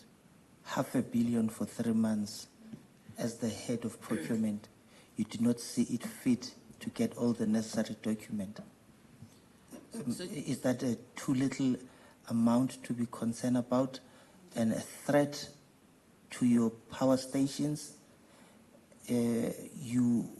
Anyone can just come to you and say there's a threat, furnish you with the report and amount, take this company, and then you are okay with it. Why were you called in a meeting? Why was legal part of that meeting? What was the purpose of you going to that meeting? And when the verification process gets undertaken, what is it that they are verifying when there is no report? How do they give go ahead and justify themselves that indeed the threat was there and it warrants an emergency, and give go ahead for money to be paid to the service provider if you're saying to us there was no report? So maybe I can answer it back to Frans. So with regards to the payment to the supplier, the 500 million was a budget. And if I remember correctly, the actual amounts that were spent was about half that amount. So I would say it's about 250, if I remember, 258 including that, but I can check the exact value of the spend for the 90 days. With regards to the assessment of the spend, there is detailed reports on the amount of resources deployed per station, per day, with attendance registers, etc. So there's a body of evidence that rolls up that costs as to how it was actually justified, and I've seen those invoices and that supporting documents in terms of the costs. So the costs were paid according to the services that were rendered. So that I can confirm. In terms of the meeting, there was no meeting per se that I attended. The head of security came to see me. I can check the exact date to ask about the documents that I needed. So I didn't attend a meeting where the threats were discussed itself. But I did get feedback from her, is obviously that discussion and the selection of sites were done in conjunction with the group execs. So the power stations were selected on the basis of the engagement with the then GE for generation, and I stand to be correct, I think it was Lani, The discussion on which transmission sites, for example, would have been in conjunction with Sekomotso, and the selection, if any, of distribution sites would be in line with that. So it wasn't one person per se that came with that view. As I've mentioned before, the declaration of the emergency doesn't go through a procurement process. It goes through emergency procurement, as in the end users themselves, which is the head of security together with the group execs, would then make the calling. I understand as well that they set up in the scope of work a daily control center that monitored, the resourcing and the issues that they've had, and there too again reports, and I would put them in brackets. It says intelligence reports, but I think it's daily surveillance reports were also shared with us in terms of, what was used as a basis for making payment. When you're saying you were not in a meeting, were you not in any meeting where the COO and the Group Chief Executive and yourself were under one roof discussing this emergency contract? I'm not saying specifically dealing with the declaration and the assessment, but were you not in any meeting where you dealt with this emergency contract? You were just given reports. Chair, I don't recall going to a specific meeting with the GCE, COO, and others to discuss the emergency itself. But I was made aware of, obviously, that there is emergency. How were you made aware? Through the head of security. How? Like? She came to my office. But I'll have to check what date it was, Chair. So no meeting that took place? Chair, I don't know if you call it informal meeting. I'm not sure if I'm getting you. I think what we're trying to ascertain is the extent to which how this was discussed and handled from its inception to its conclusion, including but not limited to after the 90 days where the emergency was verified, in terms of also who was present then. I think you said 3 months, 90 days verification. So in its lifespan, unless it was, to borrow a phrase, by the way. So how was it structured? It's a big budget, R500 billion. You say you expended 258. So I think that's the chain of events that we're looking at. If you want to pull out the records as you've been touching on dates, maybe then do that. But what I'm getting is that Honorable Hattab is trying to say it cannot have been that there was no meetings about this. And maybe whilst we're still there, legal, the extent of your involvement in this particular one. Chair, I wasn't involved at the inception of this entire structure of the transaction. However, I do recall this transaction being presented to the Executive Committee for approval, where the approval was granted. It was based on a paper provided by the head of security at the time, who presented the paper, and decision was made. I can't remember the details surrounding it, Chair. Thank you. An intelligence report. So when you say paper, a briefing?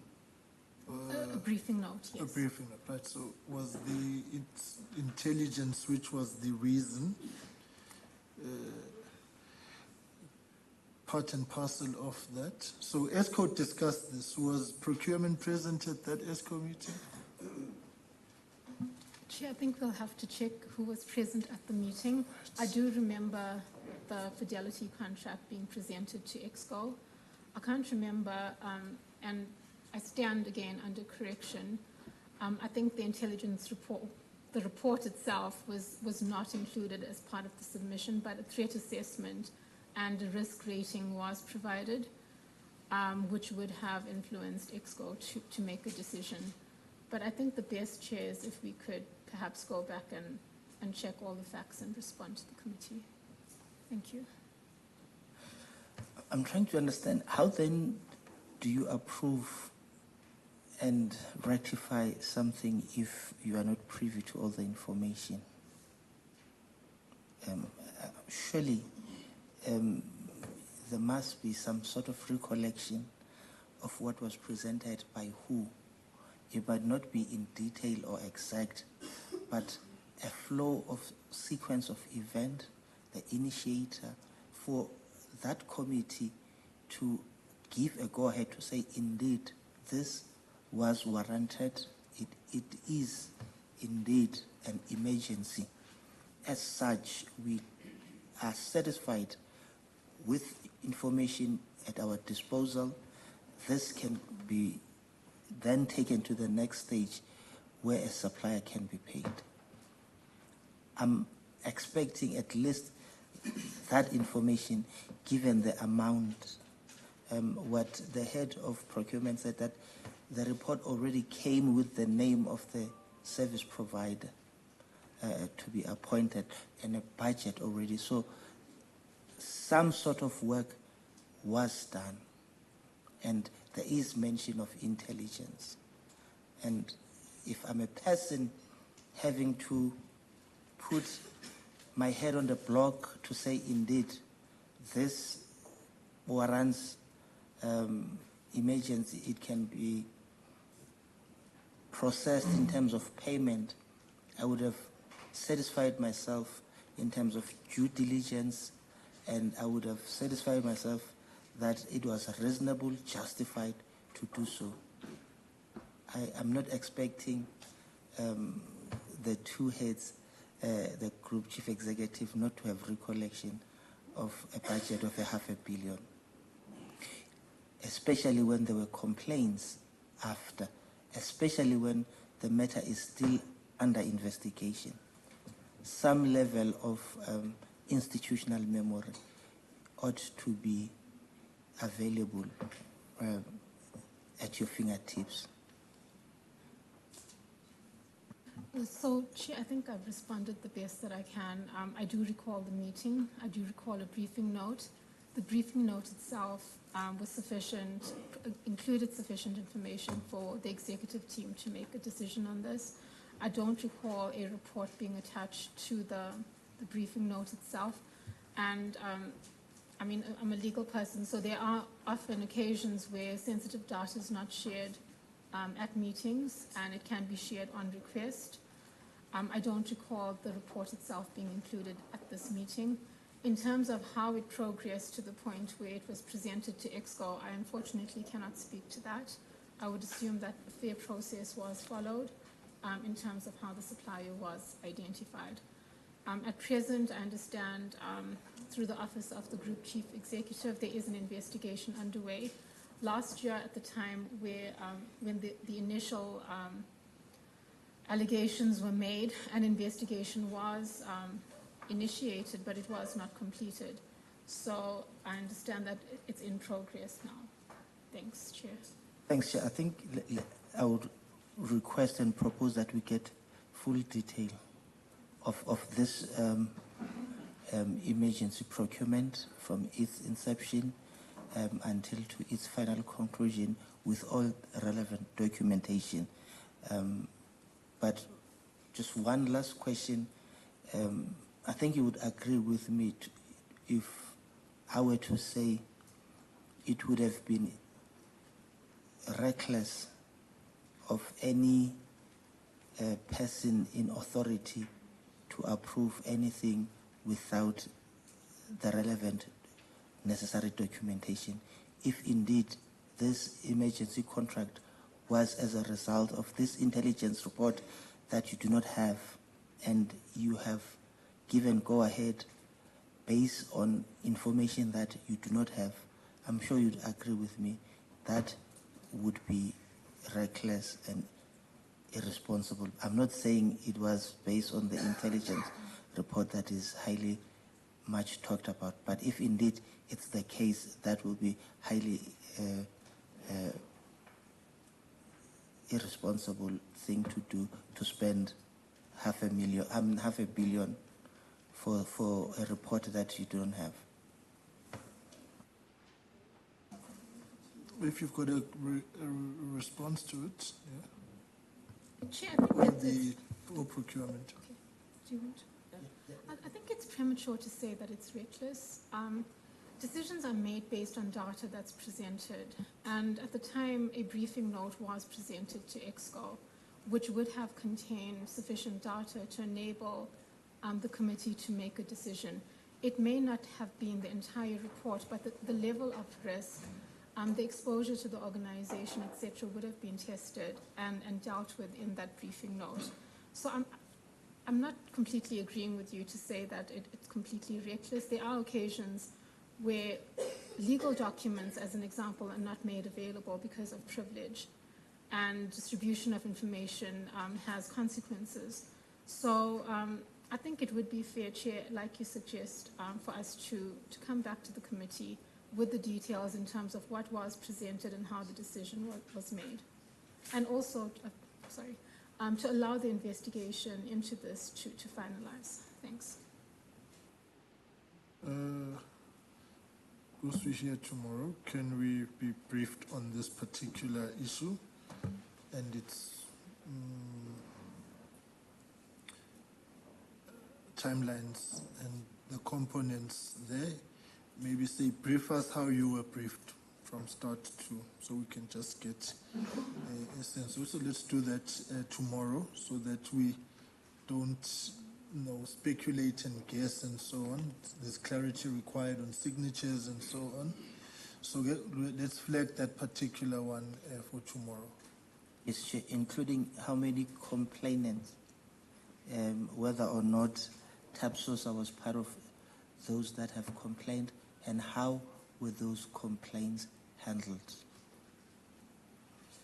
Okay, so we will suspend that particular issue for now, and then we will continue with it tomorrow when they come and brief us. So, legal, thank you very much. That was the matter that we just asked to stay on, because we had dispensed ourselves. Let's continue.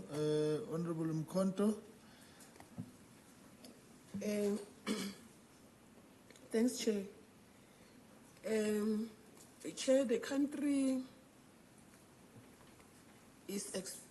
has been experiencing load shedding up to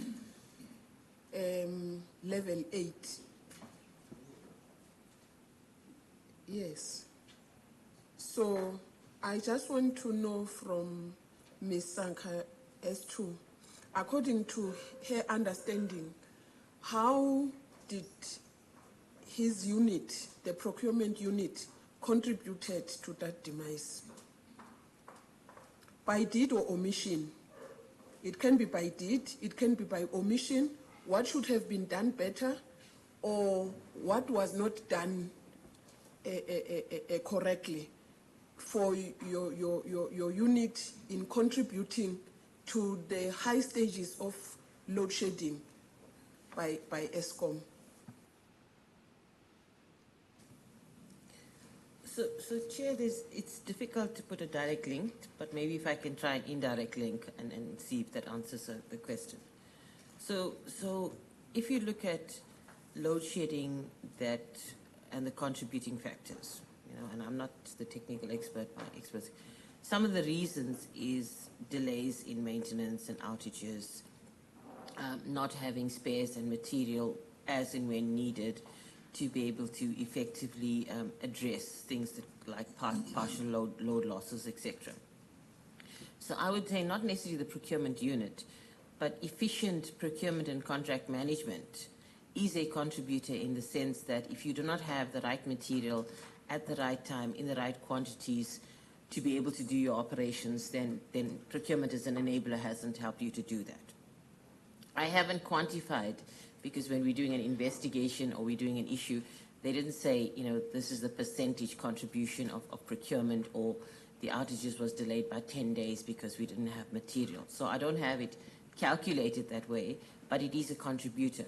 So if you go into a site and you don't have all the contracts that you need to execute an outage, then you obviously, at the time that you're doing, are going to execute the works up to when the last contract is in place and the last material has been received. This was obviously further exacerbated by the lack of finance. So not having sufficient finance to place these contracts is part of the reason why people didn't have long-term arrangements due to lack of funding, and therefore, or it was stated that way, therefore long lead materials may not be ordered on time, or contracts were not placed in time for the outages, and that was due to the lack of funding. So both of those excuses in terms of being able to place contracts and get the material you want, as well as having the finances to do it, is resolved through the debt relief bill that we've got. So obviously we should be able to say, because we've released monies for all long lead items for this corporate planning outages, there should be nobody saying next year I'm going to need something that takes 1 year to procure and the money is not here today. So on 1st of April, that issue of money / having a budget to procure would hopefully fall away. And you must understand, in terms of public procurement, you cannot go out to the market and ask for something if you do not have evidence that you have the funds in hand. So you can't procure at risk if you don't have the budget. So you can't go out and say, I want 100 transformers, but don't worry, next year when I get my debt relief, I think I'll have the money. And public procurement not allowing that contributed as well. So if you don't have the money at that time, even for future activities, you won't be able to do it. So that's one of the ways that it has contributed. I think the lack of skills and the skills drain in terms of appropriate scopes that enable procurement to get you what you need cancelled, or planning being the reason there, is another contributing factor. Now remember that none of these factors, unfortunately, I can measure and say it contributed 10% or 15% to load shedding.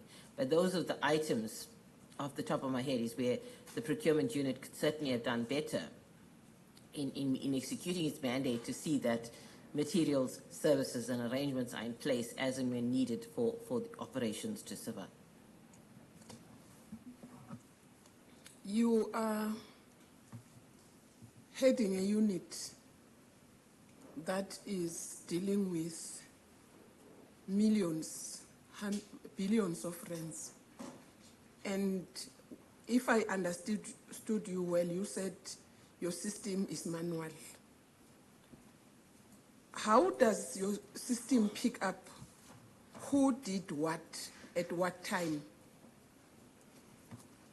Is your system able to pick up the activities on the value chain of procurement as you are dealing with these millions of rands?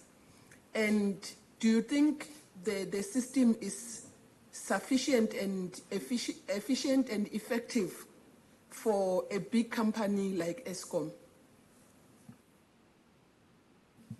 All right, thank you for that. So maybe I must just qualify. The payment side of the system works fine. So if you place a contract and the contract is loaded on SAP and you have purchase orders or task orders, then in that cases when you are doing work, you can see when you place the order, you can actually see when you get the assessment, you can match the assessment and the invoice against what leaves Eskom. So from a finance perspective, I'm not saying that we've got a manual system to make payments. Financial systems work fine. What we're talking about is the pre-system, which is you load a PR, a purchase request on SAP.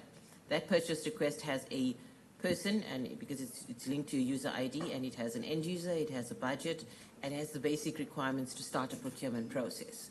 What then happens, if you go through tendering, you receive tenders, hard copies and documents, which then goes through a tender office and gets evaluated. Once the evaluations are done and completed, you take it back through an adjudication process, which then checks and balances are done before a contract is awarded. That contract timestamp goes back into SAP to say this contract is effective from the 1st of this month. This is the values that are approved by the committee. These are the conditions that and those numbers are then captured. So what we were saying is the portion between you capturing a request and actually taking a report, which is created on a computer to an evaluation committee, is the portion that is manual. And of course, manual is not appropriate for this type of environment, and that is why we are going on digital procurement.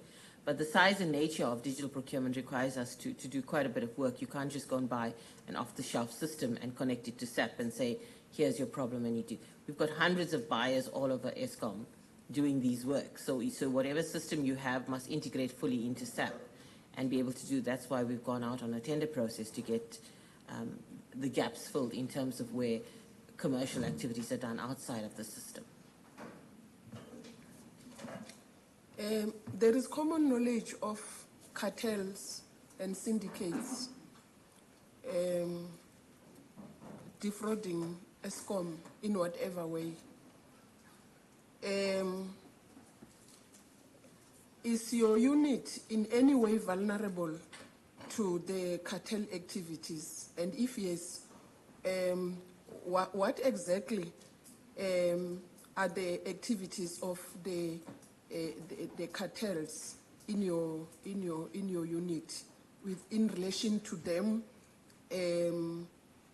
trying to loot Eskom? So I don't have evidence. I've got reports that we've got things saying that these cartels exist, etc. So they're not part of my, I can't say at this point this transaction was now influenced by a cartel, etc. So I want to say that up front. So I don't have enough knowledge to say these cartels that were written in the book on the storyline is things that I know about, and I can see which transactions and I can link them back. But let's assume that there are people outside of Eskom and that they would influence the process. The greatest vulnerability is being able to get to your staff.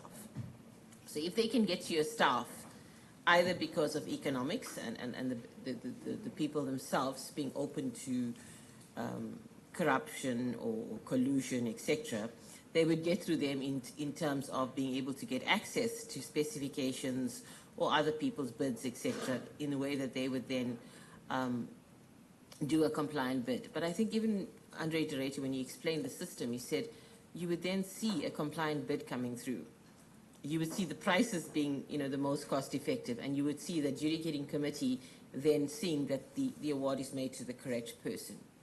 In terms of supplier diligence, yes, we can say we then check who are the owners of these suppliers, and in fact, if there are any issues in terms of their, more from a financial due diligence, whether they actually are able to execute this contract that they have. We would do the basic checks to see if there is any issues with them, with any of the enforcing agencies, National Treasury, etc. But that's about as far as you can go in terms of your system itself being able to pick this up. So I don't know if that answers your question, but that's what we do. And what we then do is try to make things more, stage gates. So the same person that's preparing the spec can't be the person that awards the contract. That's why you have a separation of evaluation of contracts versus award of contracts. And that's sort of how we deal with it in terms of segregation of duties. Cartels itself, I don't even have it in my plan to try to mitigate the use of that. All we then say is that if you, in terms of public procurement, you need to have a bid that is relevant for the material that you want. You have price checks done with the QSs so that when you're going out to the market, you have a fair evaluation process that you run, and that fair evaluation process, together with these additional due diligence, leads you to recommend a particular supplier to a committee which does that. So I think we're trying to strengthen the controls around that. I'm not able to answer on the cartels as well because I haven't done any work on them. I hope, as a senior manager at Eskom, and Eskom being in the news for bad reasons for quite a long time, you are keen to follow news about Eskom, specifically when it talks about your unit. There is one contractor who once said it's officials in the supply chain unit that are using their names to claim money from Eskom without their knowledge. Have you ever done any follow-up on that? Are you aware of that allegation? What did you do about the allegation? So unless I know the name of the supplier, we regularly, almost on a daily basis, get complaints of different natures, either suppliers questioning why they did not get their tender, or suppliers indicating that they feel that other tenderers may have behaved badly, or people coming forth either through the whistleblowing line or directly to myself in terms of concerns they have. So we have a process to actually run with that. So I can say yes, we have. I don't know the specific instance that you're talking about. Chair, my question is, there is a contractor who alleged that officials from the supply chain unit use their names to claim for work that they did not do from Eskom, meaning they use their names to defraud Eskom or to loot from Eskom. My first question is, are you, as a person, as a senior manager in Eskom, are you following the Eskom news? Are you aware of that allegation, number one? Number two, if you are aware of that allegation, what did you do about it? Did you do any follow-up? The others that are coming, I understand, who didn't get the coming to complain. This one is saying they are using our names to claim from Eskom. Even if there is nothing we have done from Eskom, you will see money getting into your account. That is what is done by supply chain officials. So I'm saying, as a person who is a senior manager in Eskom responsible for supply chain, first of all, did you see that allegation in the news? If you did you do any follow-up on it up to today? What is it that you have done about it? Thank you. So, Chair, I can't recall this particular incident, and I can then also ask, I'll refer to see whether this was brought up with forensics, because I actually don't do the investigations myself.